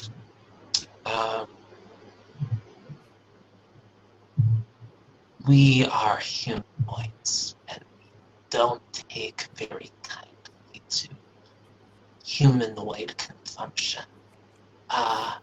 However, I have these berries, though they might not be very tasty to an arachnid. You are free to try them. She will toss some up, hopefully like in their vicinity. Okay. And I don't know if giant spider can eat it, but like she'll offer it. Sounds good. You can give me whatever you prefer, animal handling or persuasion. I'll do animal handling. Let's see. That is an 18. As you offer it, before you kind of like flick it in its general direction, you hear back, Don't eat berries. Don't want berries. and it goes up in the air and you hear, All right. it kind of just raises what seems to be where its mouth would be and pulls back its fangs. And each of you kind of get an unfortunate glance of what the face of this creature looks like before the berry seems to kind of find its way into its mouth. And you don't really hear chewing so much as you hear squishing. But soon after, you kind of watch its body language at ease, just kind of calm. And you hear in response, Hunger go away. Sticky feet's fine. Sticky feet's leave. The pink witch will kill you for parts, so yeah. And we'll say like in common, like it is about to run away if he wanted to like catch it before that happened. Well, the goblin here said to stop. Are we killing it or not? Question. We just got here. We don't know what happened. We don't even know where we are. I don't even know who you are. A giant spider is a giant spider, my man. If we kill it, there might be more, and they might get mad that we killed it. But also, I don't know if I killed a like giant spider before. I mean, it could be nice to learn about it, but you know, this is all in favor of killing the spider. Aye. Do what you wish. We will look at what it dropped. We majority rules, I think. Actually, also, for Kami, you can roll a nature check, being as close to this creature that you are. I would say it's an advantage just because you've had time to kind of study this creature for a little bit, at least just speaking with it and interacting with it. Ooh. All right, here we go. No, but in looking at this giant spider, it seems a little different to you. Not only does it seem to be intelligent enough to actually have some kind of psychic bond with two of these people, or at least be able to have its thoughts read. And even in your speaking with animals, you've heard plenty of other creatures talk, and it's not a wonderful conversationalist, and they certainly don't share their feelings most of the time. It's usually need food, need rescue, food, friend. Okay, cool, bye. You know, that sort of situation. But this creature seems to almost be able to have a conversation with you, which is unusual. And the other thing that's unusual is spiders tend to kind of hooks at the end of their feet. It's how they kind of stick to things. It's part of the way that they're able to climb very, very easily. You're noticing that it looks like each of the claws has been torn out from the end of this spider. And instead, it looks like it's sort of fashioned its own web onto the ends of each of its feet. But you're able to kind of like catch this in its body language, and that it does seem to be strangely fearful of creatures it could probably eat, but it does seem skittish, and you see it kind of trying to pull away from you guys.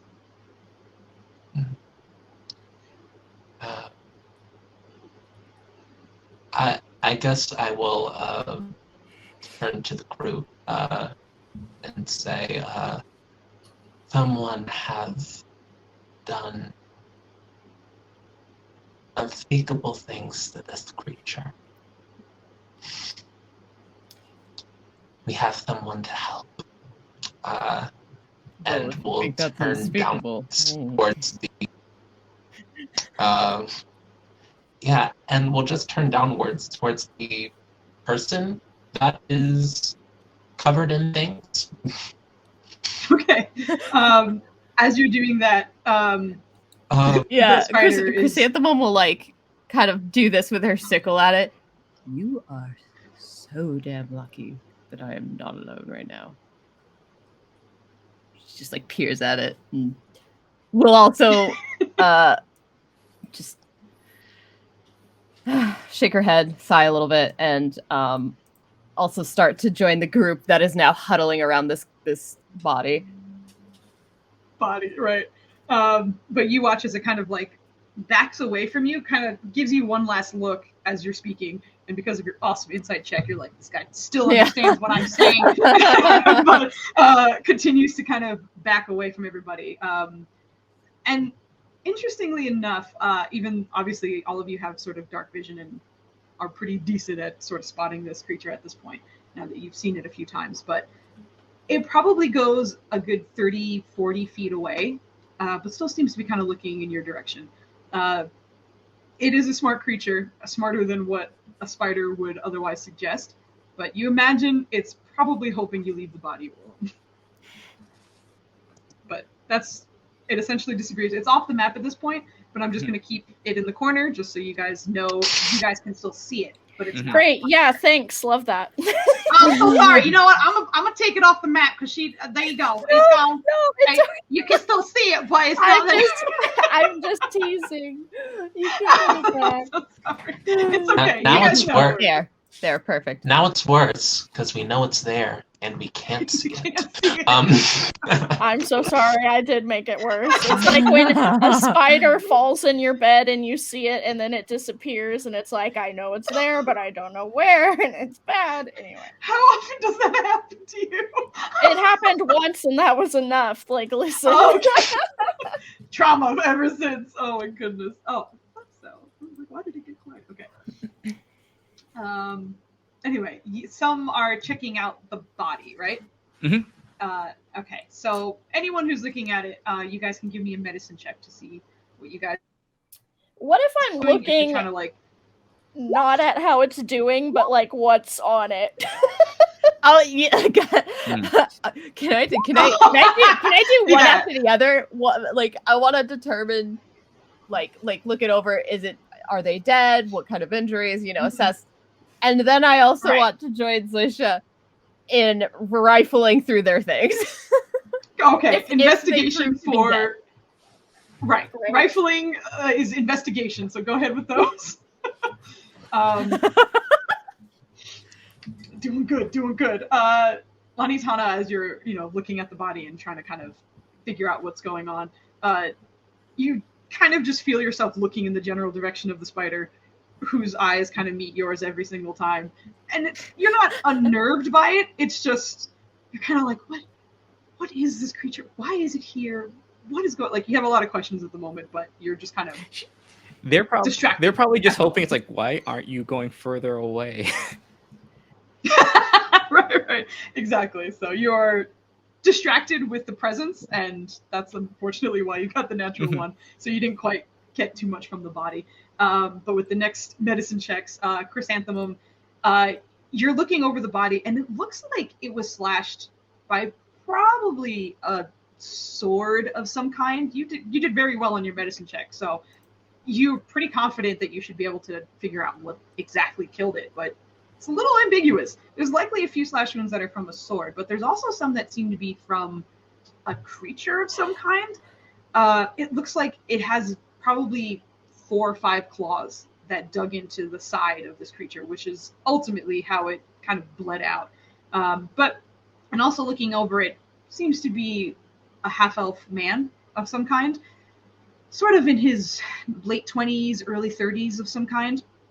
But just from his physicality and the clothing he wears, and even sort of like the dirt under his skin and on his face, it looks like he's known nothing but this forest or woods of some kind. Maybe he came here somehow, but otherwise he looks like he'd be very much at home here. And you also find sort of that belt of trophies of many different kinds of animals. But interestingly enough, most of them are human. The animals are the ones you first see just on the front half of the belt, but sort of towards the back and where it curls around. It kind of goes around his body twice. And that whole top half seems to be nothing but human parts. And it's not all the same part. Ooh, I don't fuck with that. Gross. Actually, sorry, go ahead. I know what she'll do. She's going to very carefully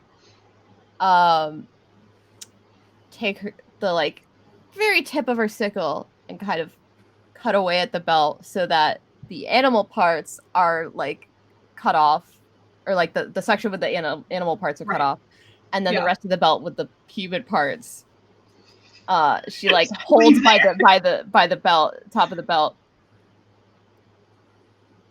Well, not waste not. And she throws it towards the spider. Flings it all right, I don't want to die. So many of them. I don't deal in cut off body parts. That's awful. And horrifying, and we don't need to see it. No. You can have it. Yep. So she just chucks it. Nope. Good call. And I watch it. I watch to see if the spider. The investigation. Sorry, my sound cut out for a second, and then when I came back in, I was talking. I apologize.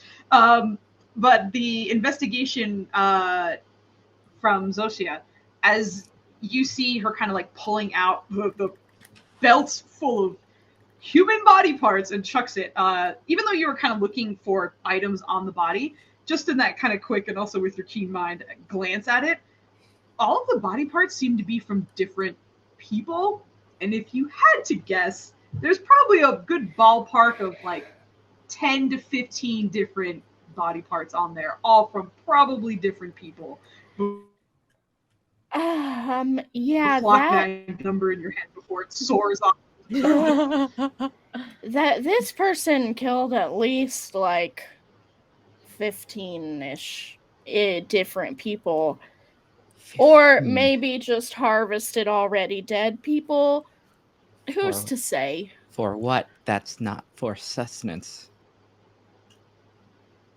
Maybe. There are some very fucked up things that you can concoct with human body parts, but if you're going to use them for that, you wouldn't store them around your belt. You would store them in a sack that would not. She starts going into like kind of weird detail, even though she doesn't like work with this stuff personally. But she like pauses. Clearly, they were trophies, and clearly, we should just take his things and let him be eaten. Because presumably he has already killed plenty. And he's not worth bearing. Certainly not. That spider seemed to need a meal. Kami. I agree on I think Kami rolled a 15 medicine check. Yes. This creature is dead. Dead. No coming back. Super dead. If you had to guess, also because I apologize, yeah, you did get some of that information as well, because you did roll decently on your medicine check. The two of you would also kind of guess with those awesome medicine checks that it probably died like a day ago or so. It's not very fresh. It's super dead. Word. Kami will say that there are professions, bounty hunting, debt collectors, people of that sort. In my tribe, that is forbidden. But I do not know the custom here. I am sure that no one is alone. And that I'm sure this person would have a family that would appreciate a burial. I am not invested, though. That spider does need a meal. It has been through a very hard time lately.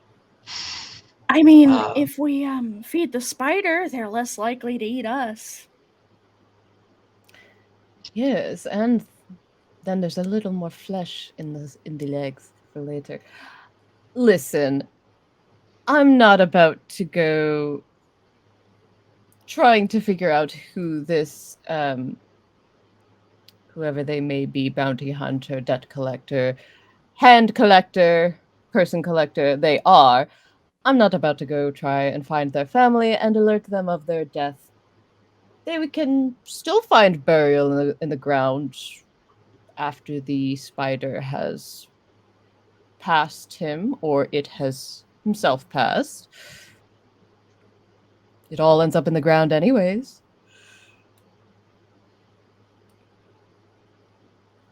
But if you want to put in the effort of digging a grave that the spider then won't dig up themselves or some other creature, by all means.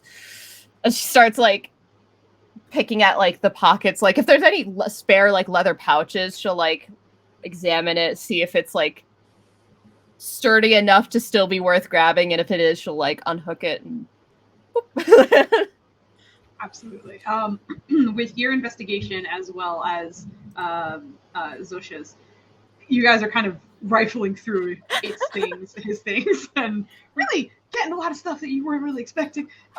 There's a few, what seems to be about a handful, 4 or 5 darts that seem to be kind of for throwing of some kind. But with that investigation, you also recognize, like, you're pretty sure they're coated in something. And Chrysanthemum, you're welcome to roll like an alchemy check or something if you want to kind of find out what that particular thing might be, just because that's absolutely your speciality. Okay, not bad. It's not, you're not super sure what it is, but this is certainly a venom of some kind that's coated on the outside. And interestingly enough, it's coated with some kind of material, clearly some kind of venom, but another active agent in that is making it so that it never wears out on the end of this blade. They never have to recoat this. And it is still active right now. If you accidentally cut darts? yourself. Yes, on the tips okay. of the darts. They are fully coated and seem primed to be able to use right now. She holds it up, and you all see like this look of fascination on her face. Like, how did you do this, sir? Do you want to know? Zosha's looking for anything arcane, but if there's nothing like that, she is not interested. So you rolled super well on your investigation, and I will also mention, you guys, the two of you, in rifling through the body, you find a few things that aren't really all that interesting to you. You find one pouch that seems to just be filled with dirt, just straight dirt, nothing unusual about it, dirt.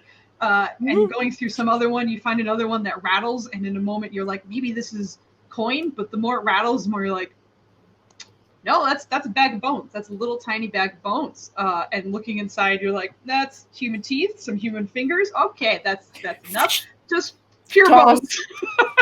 Toss. You're amazed, not quite amazed, I guess, but you're a little surprised that there's no coin on this body at all. Not a single copper, silver, gold, nothing. Everything on it seems to be of the woods. Even the pouches that you're rifling through seems to be handmade. They're well made, but they are handmade. And through the many layers of sort of leathers and fabrics that this dead half-elf ranger of some kind is wearing, you do find a necklace around its neck.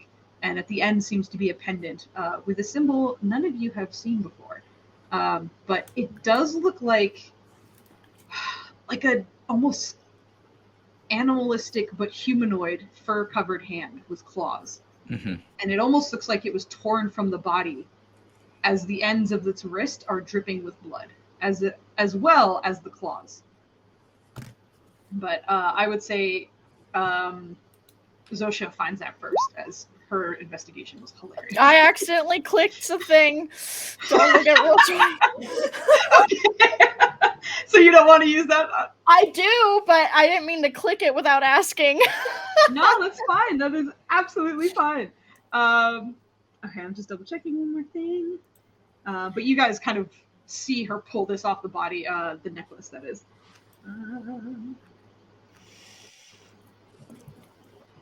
Okay. You are a bit relieved to know that this has no magic on it at all. It seems to be a mundane item, likely perhaps the show of a following of some kind, an allegiance of some kind. But it does not require attunement and doesn't seem to have any spells or magic to it at all. This Thing is a thing little relieved. is only symbolic. I don't know of what, but it's nothing to worry about in terms of magic and if it could hurt us. Would you like to know?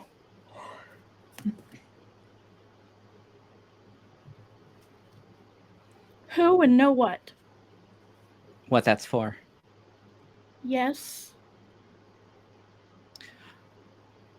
Are you all done finding what you need to find on that body? I think I am. Chrysanthemum will stand up, having probably taken like some of the leather or furs off of him to like very carefully bundle the darts in, or have kept them in whatever like pouch she found them in, because I assume they weren't just like dangling off his just side. Really. Yeah, just like whoops. Yeah, no. Cut myself like on my leg with that. But Yep. Oh, sorry. One more thing before you continue. I apologize because I mentioned it and then I forgot to give you the details with your investigation. Fleck actually noticed that there was a handle and a blade of some kind, but wasn't able to see it from the angle. But with your guys' hilarious investigation and rummaging through the body, you're able to make out that it seems to be a short sword. It doesn't seem to be a very special short sword, but the handle and the hilt seems to be kind of fashioned out of mostly bones. Nope. Don't need to touch that. Nope. Good. Very well done, sir. But she will stand up and have put away her pouches, her finds, and just kind of like push the body with her toe a bit. No, I think I'm done. Just like, Okay. meh. Lionheart will kneel next to the body, put their hand on the head, and they'll look at the group and out loud will. Do any of you have problems with me speaking to the spirit? No. Oh, no, not at all. Okay. She'll. Wait. What should we ask it, though? Why it has these. They'll gesture at the. True. And what's this means? Mhm. What allegiance it had? Yes. Maybe what they were fighting? We are just concerned would that like- there are more like them. Well, them, but also whatever killed him we might have to deal with now that we're in the middle of these woods. No? Yes. Well, it might have done a service, depending on what they were here for.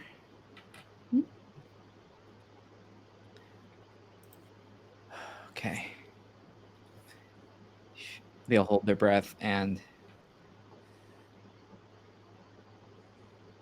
say some words, and we'll cast Speak with Dead. Awesome. Do me a favor and post the spell. just Yeah. so I make sure I remember everything about it. Please. And There we go. thank you very much. Right, exactly. Okay. And you guys obviously know you get 5 questions. There's more or less a 10-minute limit to the questions and the answers that you will get. But as you start to cast, each of you kind of start to see a bit of light coming out from Lanitana's figure for just a moment. And for a second, it's just a full aura that covers every single part of their body. And then it all just funneled down their arm and straight into the body. And as that's happening, you watch her pull away. And as she does, you see what seems to be like the spectral image of that half-elf kind of rise out and sort of float as if it were underwater and stare at them, with dead eyes. But it seems to just kind of stare at you almost in confusion. None of you seem to look familiar. But you hear it just kind of exhaling and just hovering and waiting for the spell's 5 questions. What was the reason you got these trophies?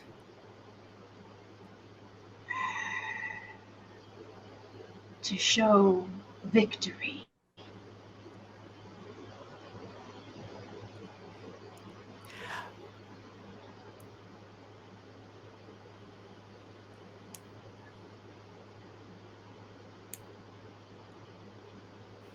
Were you going to say anything else?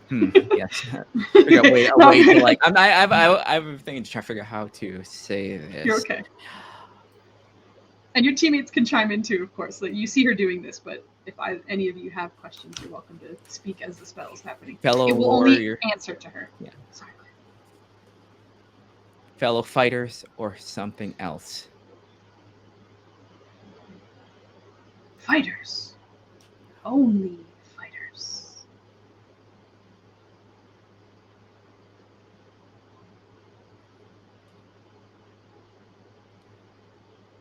They will gesture at the amulet.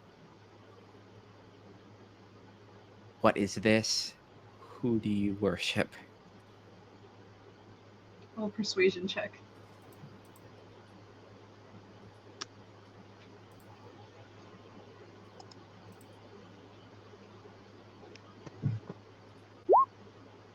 Oh my goodness! Very nice. As it sort of hovers in space and looks over you as its hair kind of wafts after every single movement, its eyes kind of light up for a second with a sense of pride. And as you ask the question, you hear, "Why, Malar?"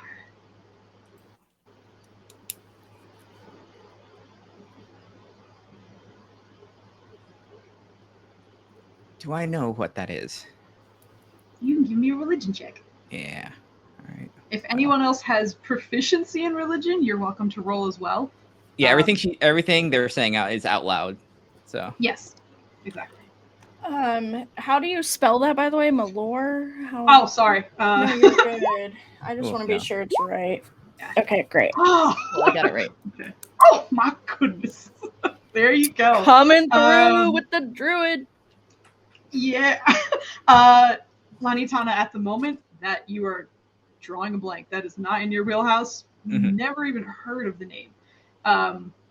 For Kami, however, who's listening in from the side, this is kind of a strange thing that's happening in front of you. You haven't quite seen it done in person, but you are still focused and you are still listening.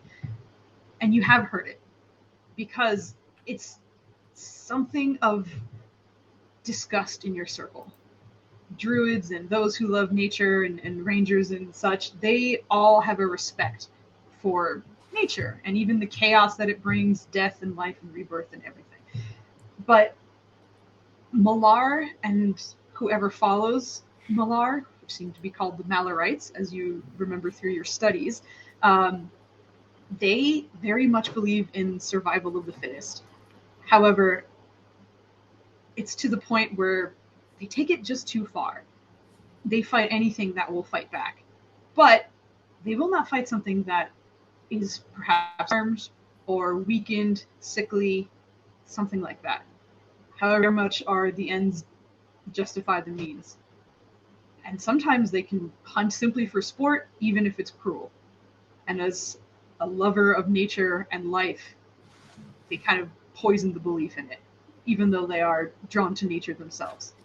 They find themselves the predator and everyone else prey. But that's what you get from your check. And Lanitana, your spell is still going.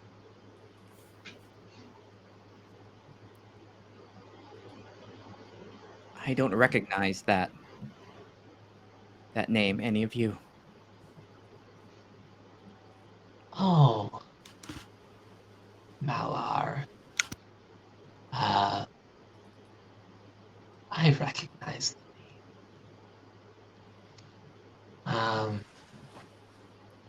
Not typically the most friendly people. I try not to judge people on hearsay, though. Worshippers of the hunt, sometimes a little cruel. This magic is incredible. Please do more. By the way, Zosha has a notebook out. And every time someone's sharing new information, she's going, "Oh, okay, yeah. It is necessary. I do not revel in it. But we are just worried that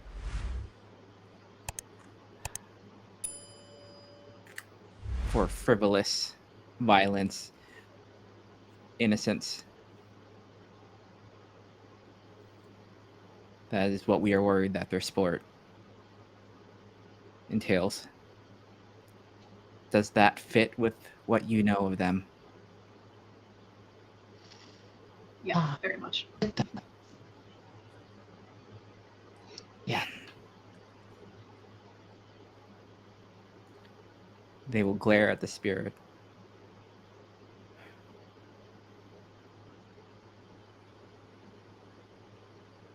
Where are there more like you?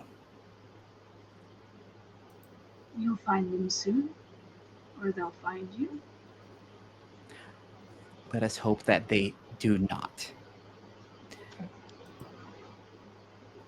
She'll jerk their head toward the group. Any other questions?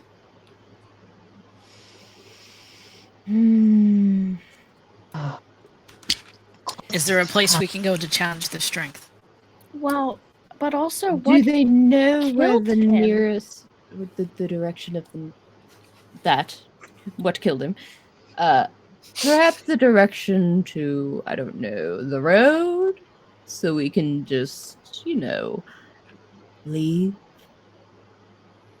How many questions? That was 3, right? Yeah, you have one left. Okay. Oh, we'll find. I think. What killed you? A test of strength, and I failed. So I died as a warrior, which is, I died in pride. And as it kind of like finishes, you see its head kind of tilting to the side, and as a grin starts to pull across its mouth, almost too far, you see it just kind of like revert and get sucked back into its body as the spectral form is pulled away, and the end of the spell. And as it kind of lays there motionless, it was kind of a strange feeling as you guys were watching over this and seeing it happen. But just at that moment, as soon as the spell ends, a breeze kind of kicks past everybody.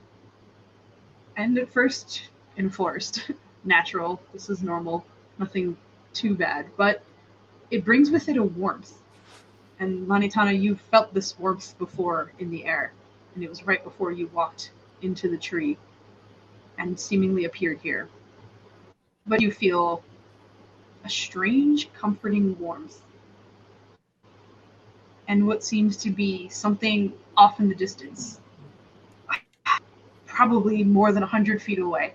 But in the moonlight and with all of your pretty good vision, you can see something kind of glinting off in the distance.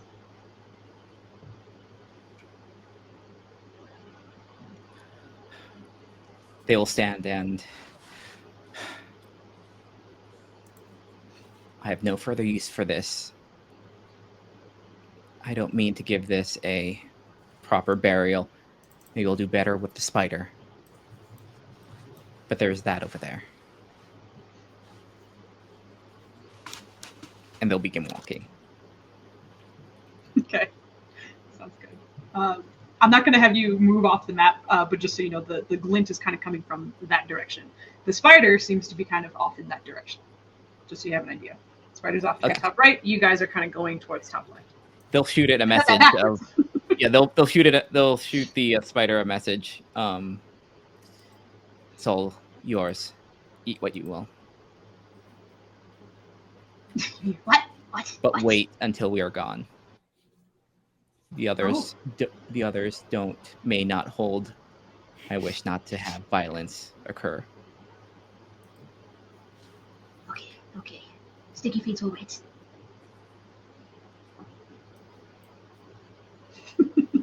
And Lanitana says, welcome. Yeah, I think as Lanitana forges ahead, and steps forward, I feel like Kami is gonna go up to Zosha and say, "They are so cool. I have never seen magic like that before. Me either. Have that cool? I feel like there's a lot that we could learn." Yes, absolutely. Everyone here seems to really have something we could learn. I thought it was bad luck to end up here, but maybe it's really lucky. I will have to get used to the weapons. The weapons are kind of scary, but magic can be a weapon too. I feel like we can get stronger here. I hope that's the outcome.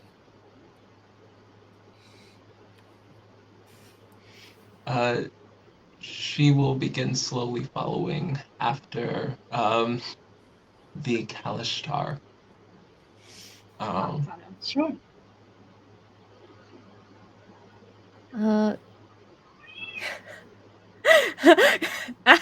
Actually, that sound works out. Yeah. because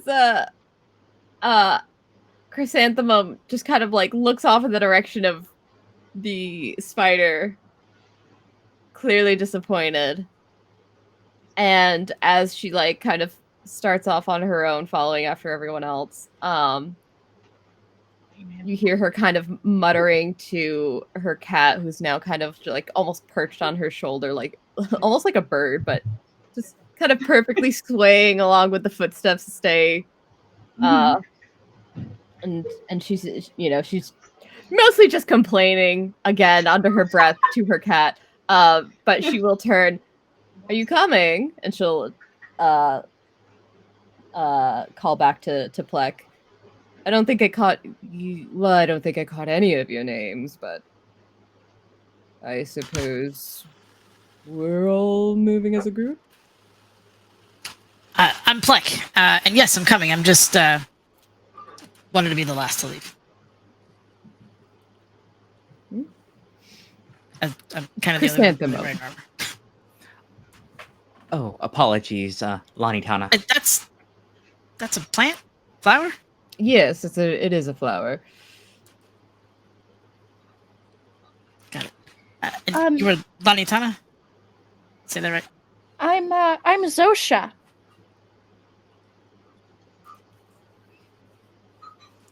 I helped you up. You're taller than you look. You're smaller than you looked from that angle, so.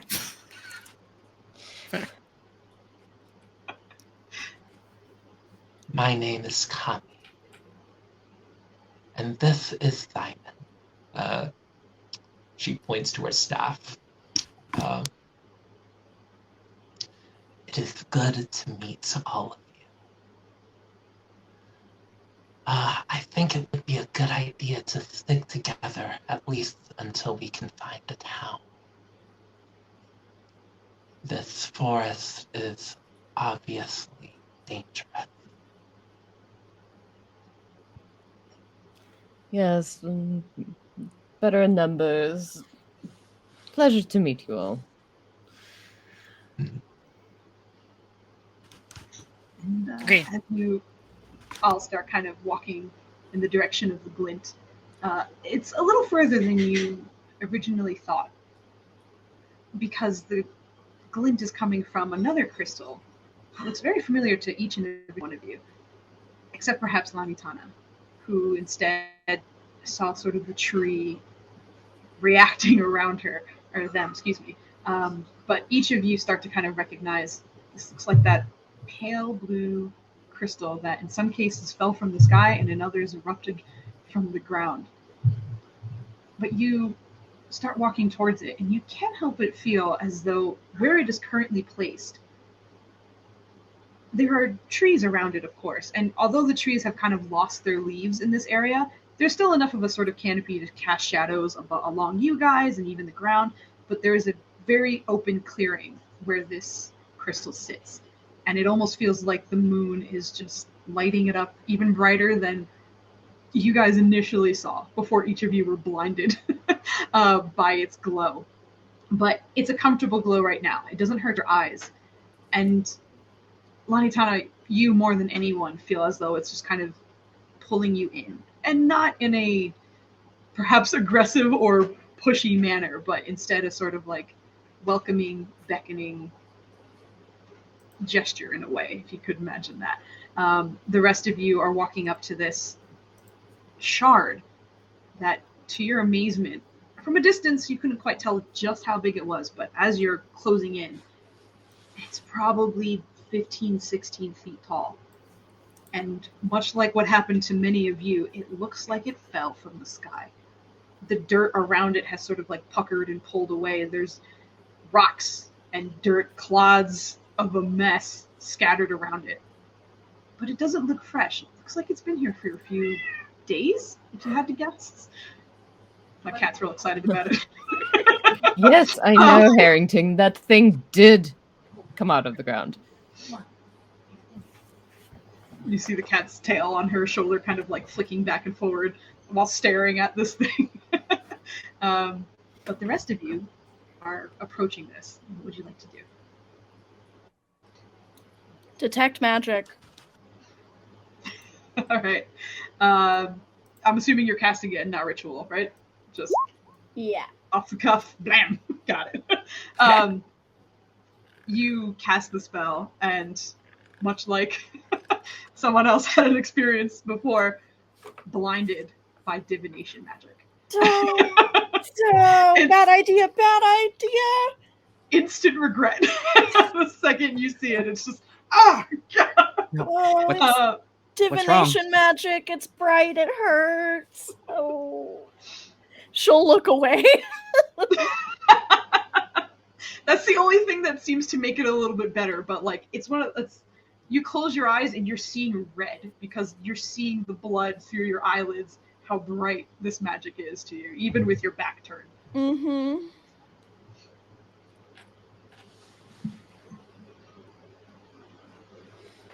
I don't know what to do with that. It looks similar to, but not the exact ones that we had each seen before, right? Yes. Just from the general shape alone, these shards kind of have a very organic shape to them, as if they perhaps were, if you had to guess, mined or plucked in some kind of way. So each of them differed just a little bit. The one that went after you, not only was it much smaller than this very, very tall one, but yours kind of seemed to be a little bit thinner and a little bit kind of like curved in a slight direction. This one, however, seems very robust and very geometric. There's no organic curve or turn to it at all. It is perfectly geometric and sharp looking in some ways.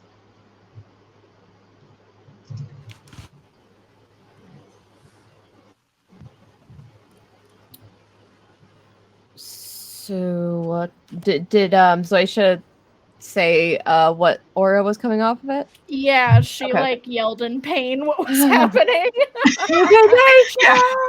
divination magic and it's really bright and it hurts. But I was reminded, but this is probably a good time for us to take a quick break.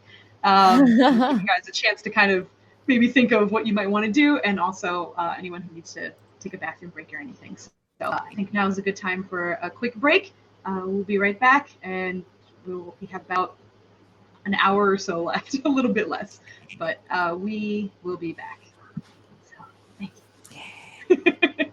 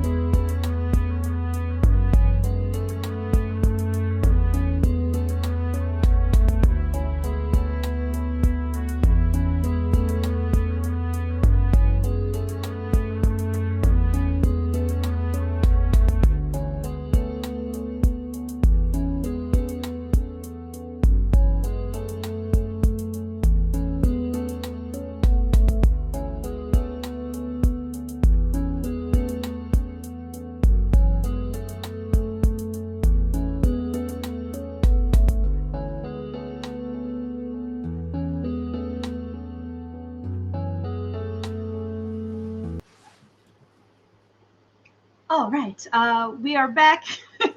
Our adventurers have just met a dead body and a spider, and after some investigation of both, the spider kind of was told to wander off, and the group moved on as they saw a glint in the darkness, and approaching it, they found themselves walking up to about a 15 to 16 foot pale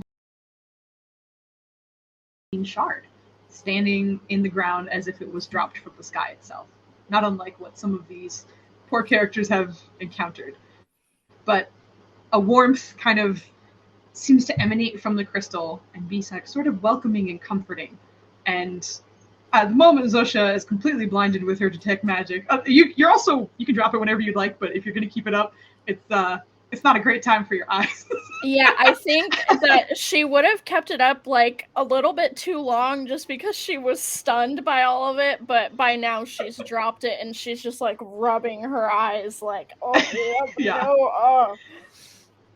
Yep, you are like seeing spots and just like, it's gonna take a few minutes before you see regularly again.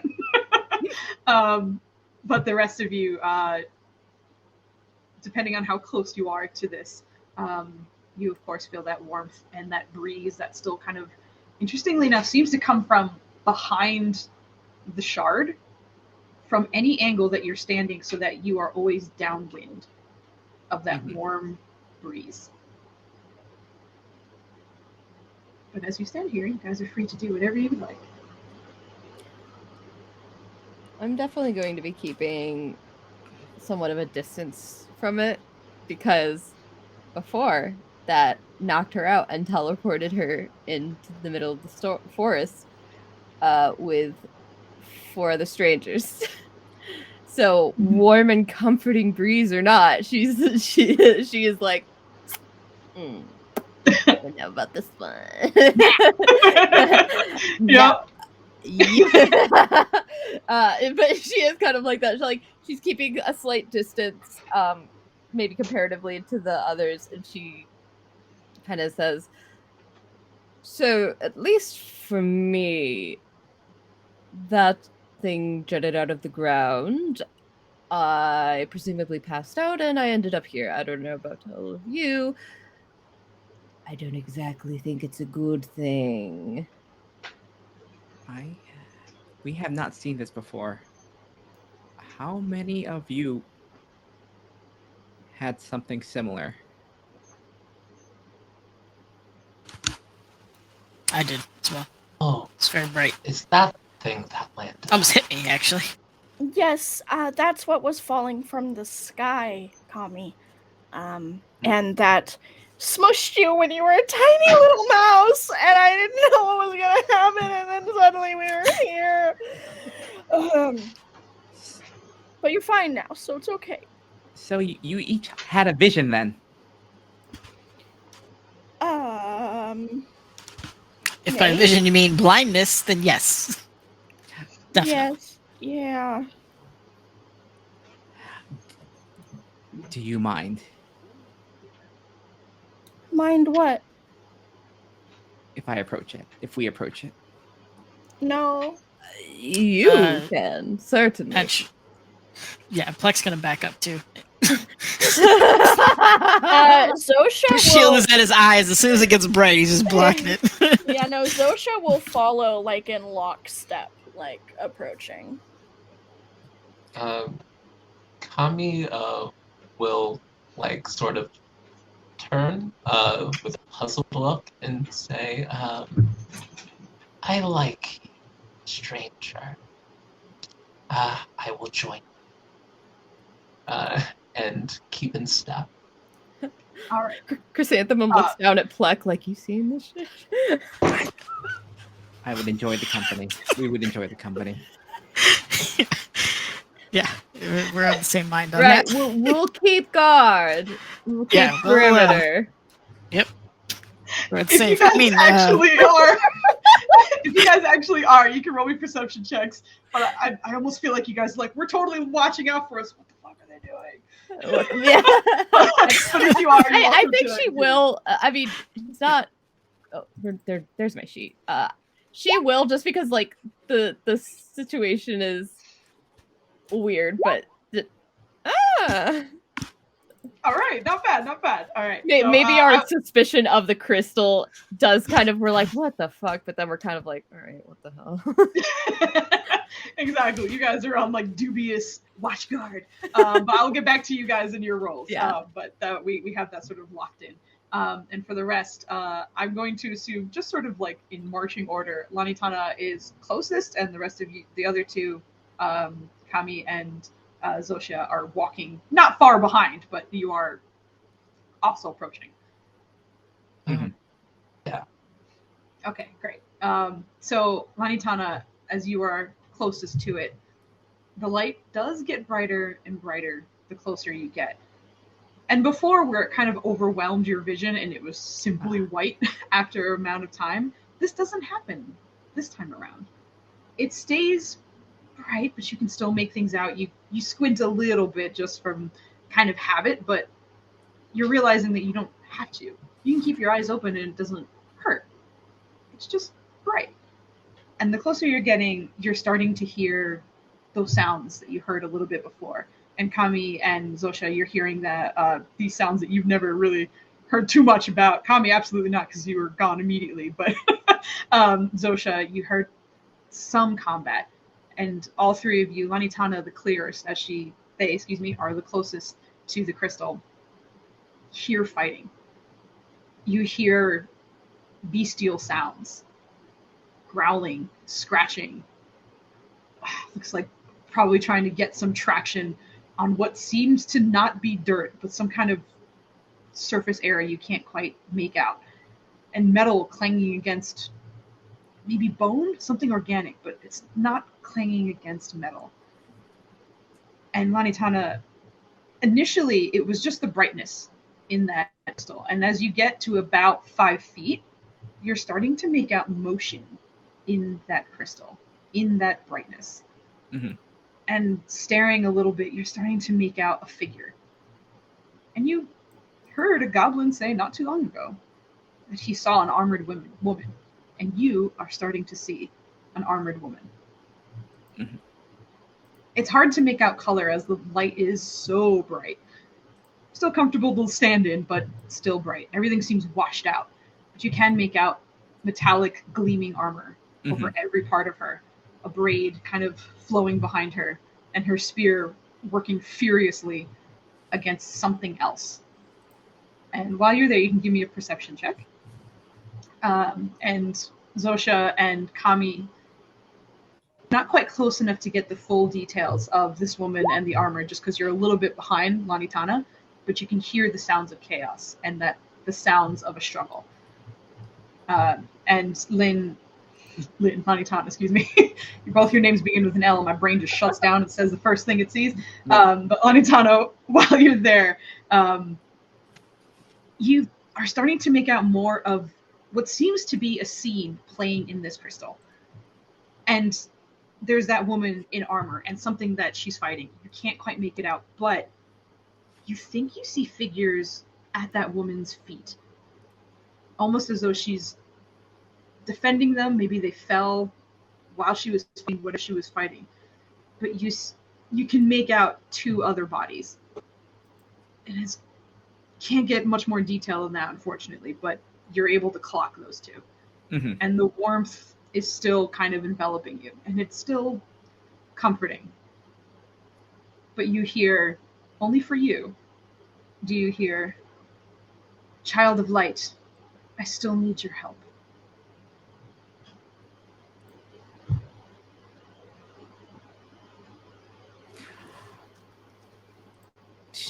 Laitana will kind of kneel in front of it and get in a meditative pose and put their hand on the crystal. And I am here to protect the light and those that shines upon. If you have sent out warning or request for help, it is my life's work to do so. Why have you beckoned all of us here? Roll me a wisdom saving throw. And as this happens, Kami and excuse me, I'm reading something. Zosha, as you're staring not too far behind her, up against this crystal, they put their hand against and start focusing. And the beam of moonlight that seemed to only hit the crystal for just a second seems to just shift off of it and center itself fully on Lanitana. They are a few feet away from you, but gone in that brightness. Nice. All right. And as you make connection with this crystal and those sounds of combat overwhelm your senses.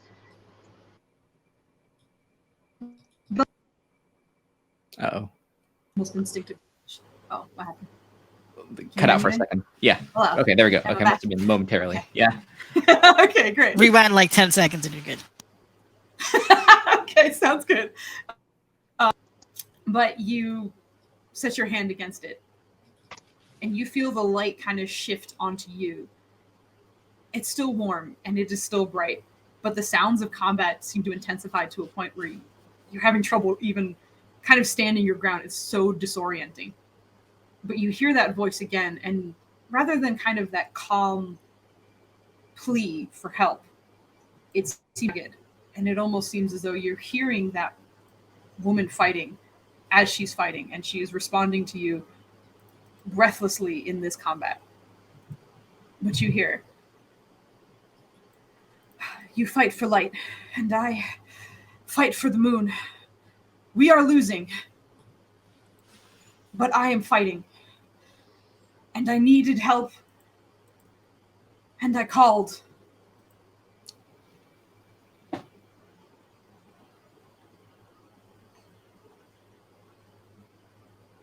And we have come here. Whatever you need us to do. Is there anything we can do?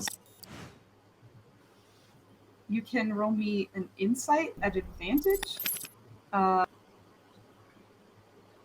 And a persuasion flat. Okay, persuasion flat. Both of them? Mm-hmm. Okay. Insight at advantage, persuasion flat. Yeah. All right, so 19 and... All right. Persuasion. All right, there it is. 12. Okay. With your insight, just kind of... It's really weird looking in on this spectral scene almost that's kind of playing out in this crystal that you can see at the moment. I imagine for Lanitana, it's similar to the sleeping memory they have instead of dreaming. Something similar. Mm-hmm. Exactly. And also able to kind of listen in on what she's saying and how she's saying it and even the physicality. And you're a cleric. You understand worship, you understand deities. It seems like higher beings are fighting. It seems like you're taking a glimpse at what there's. It's not happening on this plane, but it is actively happening somewhere right now. And you're hearing her respond, but there's a struggle with every word. As if she focuses on you for too long, she might lose. But every word that comes out seems to have purpose. Mm-hmm. And as you ask and you hear, again, that kind of raggedness to her voice and that exhaustion kind of starting to kick in, you hear her, "Cleanse the forest. It is their last hope and mine." And you start to kind of feel that light flickering just a little bit. We will do everything we can. And as you are here, I'm going to give a moment for Zosha or Kami to do anything. You, again, watched the moonlight. And actually, similarly enough, Kami knows what the moonbeam spell is, certainly being a druid. It almost looked like that kind of spell. and a part of you was expecting to hear Lanitana just start screaming in radiant damage, like horrible time that they would be having, but you don't hear anything. And instead it seems very calm. But the crystal still stands there, and Lanitana is gone in a column of light. Is there anything either of you would like to do while you watch this happen? So Lanitana is gone, so transported elsewhere, or can we still see them in the center of the circle? It's just a column of light, and your vision unfortunately just turns into whiteness, but you have no confirmation on whether they are there or whether they teleported. It's just light.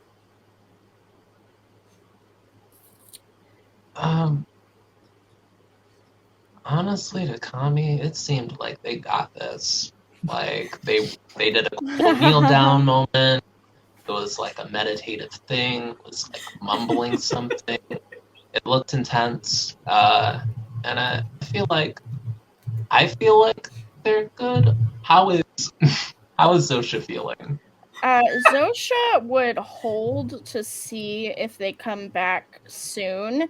If they do, then Zosha, the minute that they come back, will walk up to it, touch it, and cast Identify.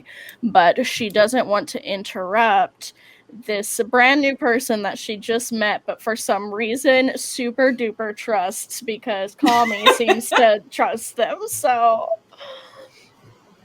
Gaia. All right, so we'll wait unless something kind of triggers Zosha to do something. Precisely.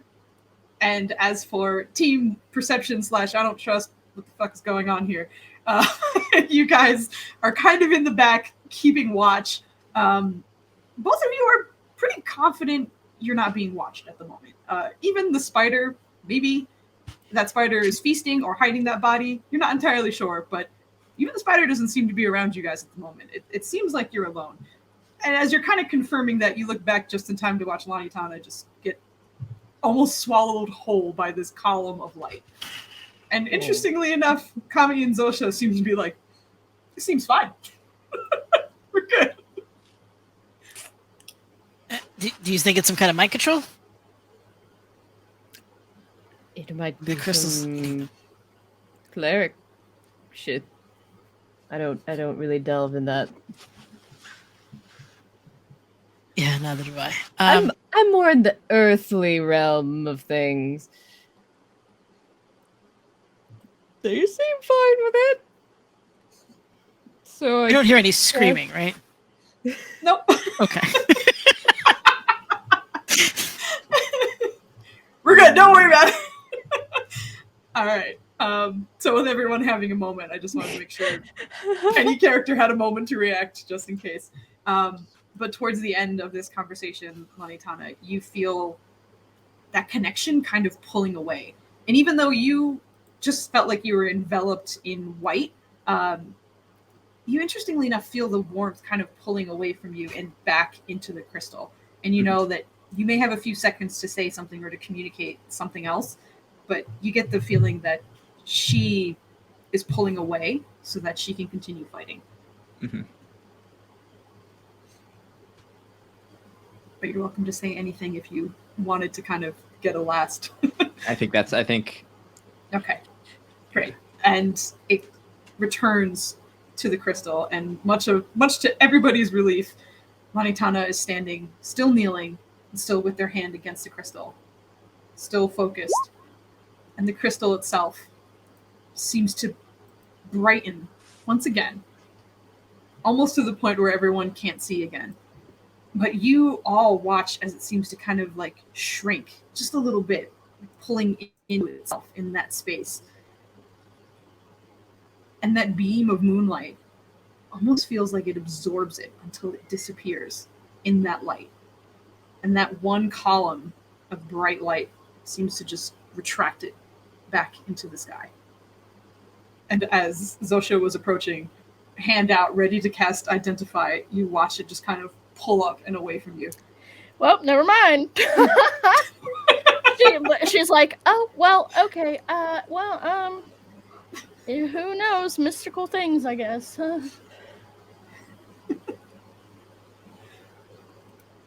And you obviously get to keep your spell because you didn't get to cast Yep, it. I put the so slot back. Yeah, Right don't there. worry. Yep. Oh, I'm a Yep. wizard main. I'm watching my slots very closely. Yep, you're good to go. But you are all left. The warmth is gone.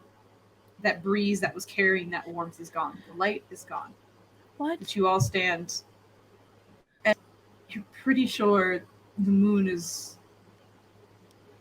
doesn't have much longer to hold domain over this dark sky. It's be rising pretty soon. Probably what happened? less than an hour. Montana is breathless for a moment, and they'll turn back, and there are just like tears in their eye.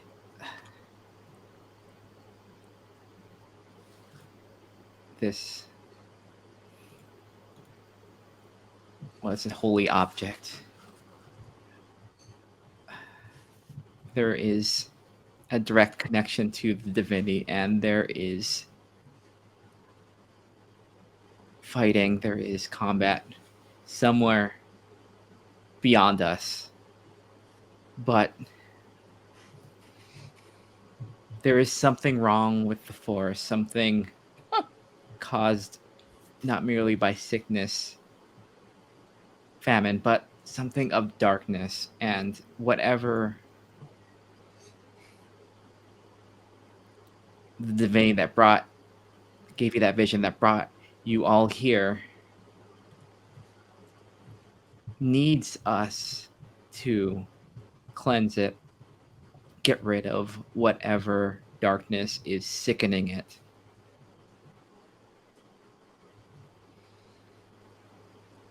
Oh, that's that could be a really big task. I mean, if it gets the trade routes up again. I mean, Kami and I, we were headed this way because of concern for the wildlife.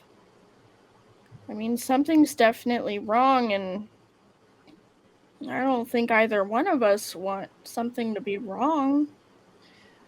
Yeah, it's a holy calling. Those usually don't happen unless there is great importance, and Whew, that's terrifying.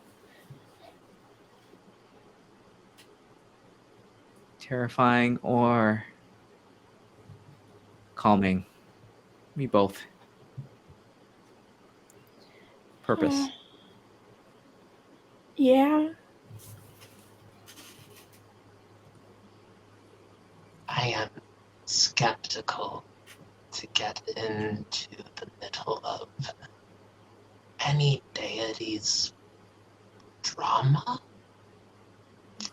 However, I think that we have found each other for a very good reason. We also think so. And fill back in the other two. It's like, Oh yeah, Zosha will join in once like she clocks the calling over the other two, and it's like, oh, yes, come. What are the chances they're brainwashed and they're trying to get us brainwashed too? touch the crystal. Touch What if we just all started chanting at them? Come touch the crystal. Plex just trying to look at what Chrysanthemum's gonna do. Yeah.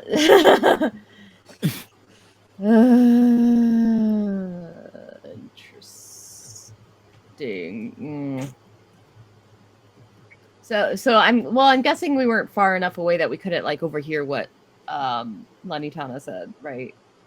I think that's kind of up to you guys. Like, how far would Because I initially like had assumed. I think like Lanitana did say that out. I don't think they have that much control over the volume of their voice when they speak verbally. It's just like shouting all It's the time. mostly it's mostly used to like summon like divine power, and you have to be a little loud for that sort of thing. That was a holy calling. Yeah. That's awesome. That's really great for you. Or I No. think we might be better off with them than without them. Well, that much. I don't know. I've spent a fair share of my life in the forest, but it's always better. The more the merrier. Whatever they say. She kind of like shrugs down on him, and will walk up. All right, who's God is calling? I don't have a god. Neither do What? I. Did not recognize the entity, but it was a being of light. Right. And what was the being of light asking you to do? Cleanse the forest of darkness. They were in battle with other like forces, and things seemed dire.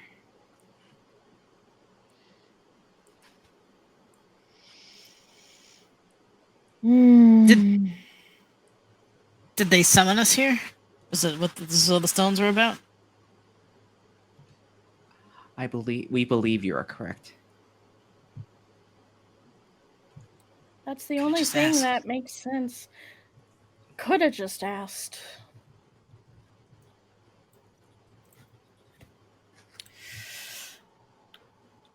Deity, you said? Yes. Sorry.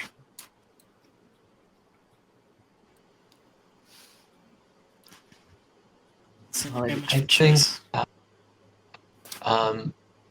I think that Kami is going to. I think that Kami like heard for the first time very clearly Lanitana say we, like when talking about themselves, and has been like looking a little bit troubled ever since, and is looking around at this conversation, at this situation, and doesn't like being alone in this weird cursed forest. So is going to turn and say, we need to find a township of some kind. Simon will help me find one. And she turns to her staff,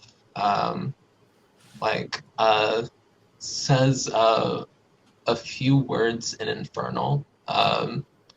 Like anybody who speaks Infernal will say, will hear, like, Simon, help me out. And a huge ball python, constrictor snake, like a huge snake, like given like the size of some frost giants, snake starts like growing up out of the staff that she's clutched by her side for so long, and like a head like forms and she like hops on top of it, and like a huge body slithers up over the tree line and tries to look for a settlement of some kind. Simon's the best. You'll love him. As Kami does this, Chrysanthemum will kind of pipe up. I hate to be the bearer of bad news, but this, well, how is it pronounced? Chandori? Yes. But the roads go around Chandori Forest, unless we're on the very edge of it. Oh, you're gone. Okay. Your rises up. But you can roll perception with your snake. Because of Kami's poor eyesight, you could roll it for yourself at disadvantage, but your snake could roll it regularly. You can both roll, because you both up there looking around if you would like. But Snake to take a dark look. vision? I believe so. See, I want That's to believe that, but cats don't have dark vision. So now I question every animal that it would make sense to have dark Some vision. goofy shit. Yeah. No, it does not have dark vision. So you're. But it has tongue vision. It should be fine. It has tongue vision. I hold on. That direction. Effect is what to do. But unless you have anything that can help you out, we'll both be rolling at disadvantage for your perceptions up there. Yeah, I don't think Kami's rolling. Okay. Like, I will roll for my snake, but Kami will give Simon guidance on this roll. So we'll add a d4 after that. Let's see, disadvantage, and roll. Ooh, all right. Okay. That was a whispered roll, but that's a 6. And now, Okay. a 9. A strong 9. Okay. You guys watch them both ascend. And strangely enough, on the way up, the snake does go. But that does not happen. You guys ascend, and you kind of know better than to rely on your eyesight. But your snake friend is usually pretty good at it. But it is a little dark. The sun's coming up soon, but not soon enough, it seems. And much to your surprise, the trees around you immediately, they're tall, for sure. But there's kind of a height you can get to where you can usually see pretty well. But the trees are very tall, almost everywhere else around you, to the point where it is impossible to find another clearing.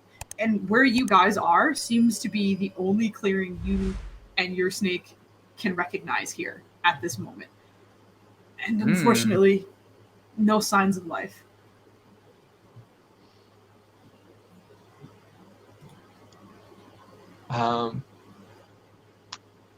Kami will say, it's okay, Simon. You did your best. And begin to, like, slither back down, like, the tree. And, like, still, like, straddling her giant snake. We'll say, it seems we have a lot of walking to do. Whatever tiny little snack Simon enjoys, I imagine Zosha keeps a stock on her at all times. So immediately she will offer something up and like just give Simon a little something. Aww. Simon happily indulges. Go ahead. No. Chrysanthemum nudges Pluck with her boot. Watch out, you might be the next snack. When you're face on, like he doesn't. When you're built snack size. Your snack size. You're snack sized. All right. I love you Bite-sized guys so goblin. much. But we definitely have to start wrapping up. Our time is pretty much up, but we will pick up with this group having gotten what seems to be a divine message, and unfortunately no civilization in sight. But we are, as a channel, we're going to be raiding Feywild and Out. So stick around so you guys can go raid them. And, go. That is fantastic. Feywild and Out is amazing. Yep, of course. But in general, thank you guys for being here very, very much. Again, I'm Foos or Foozka's DM, and thank you, my lovely cast, for dealing with me for the first time. Check out their socials, check out their stuff. They're all awesome. But we'll begin our raid pretty soon. And thank you again for being here. We'll see you next week, next Monday. Bye.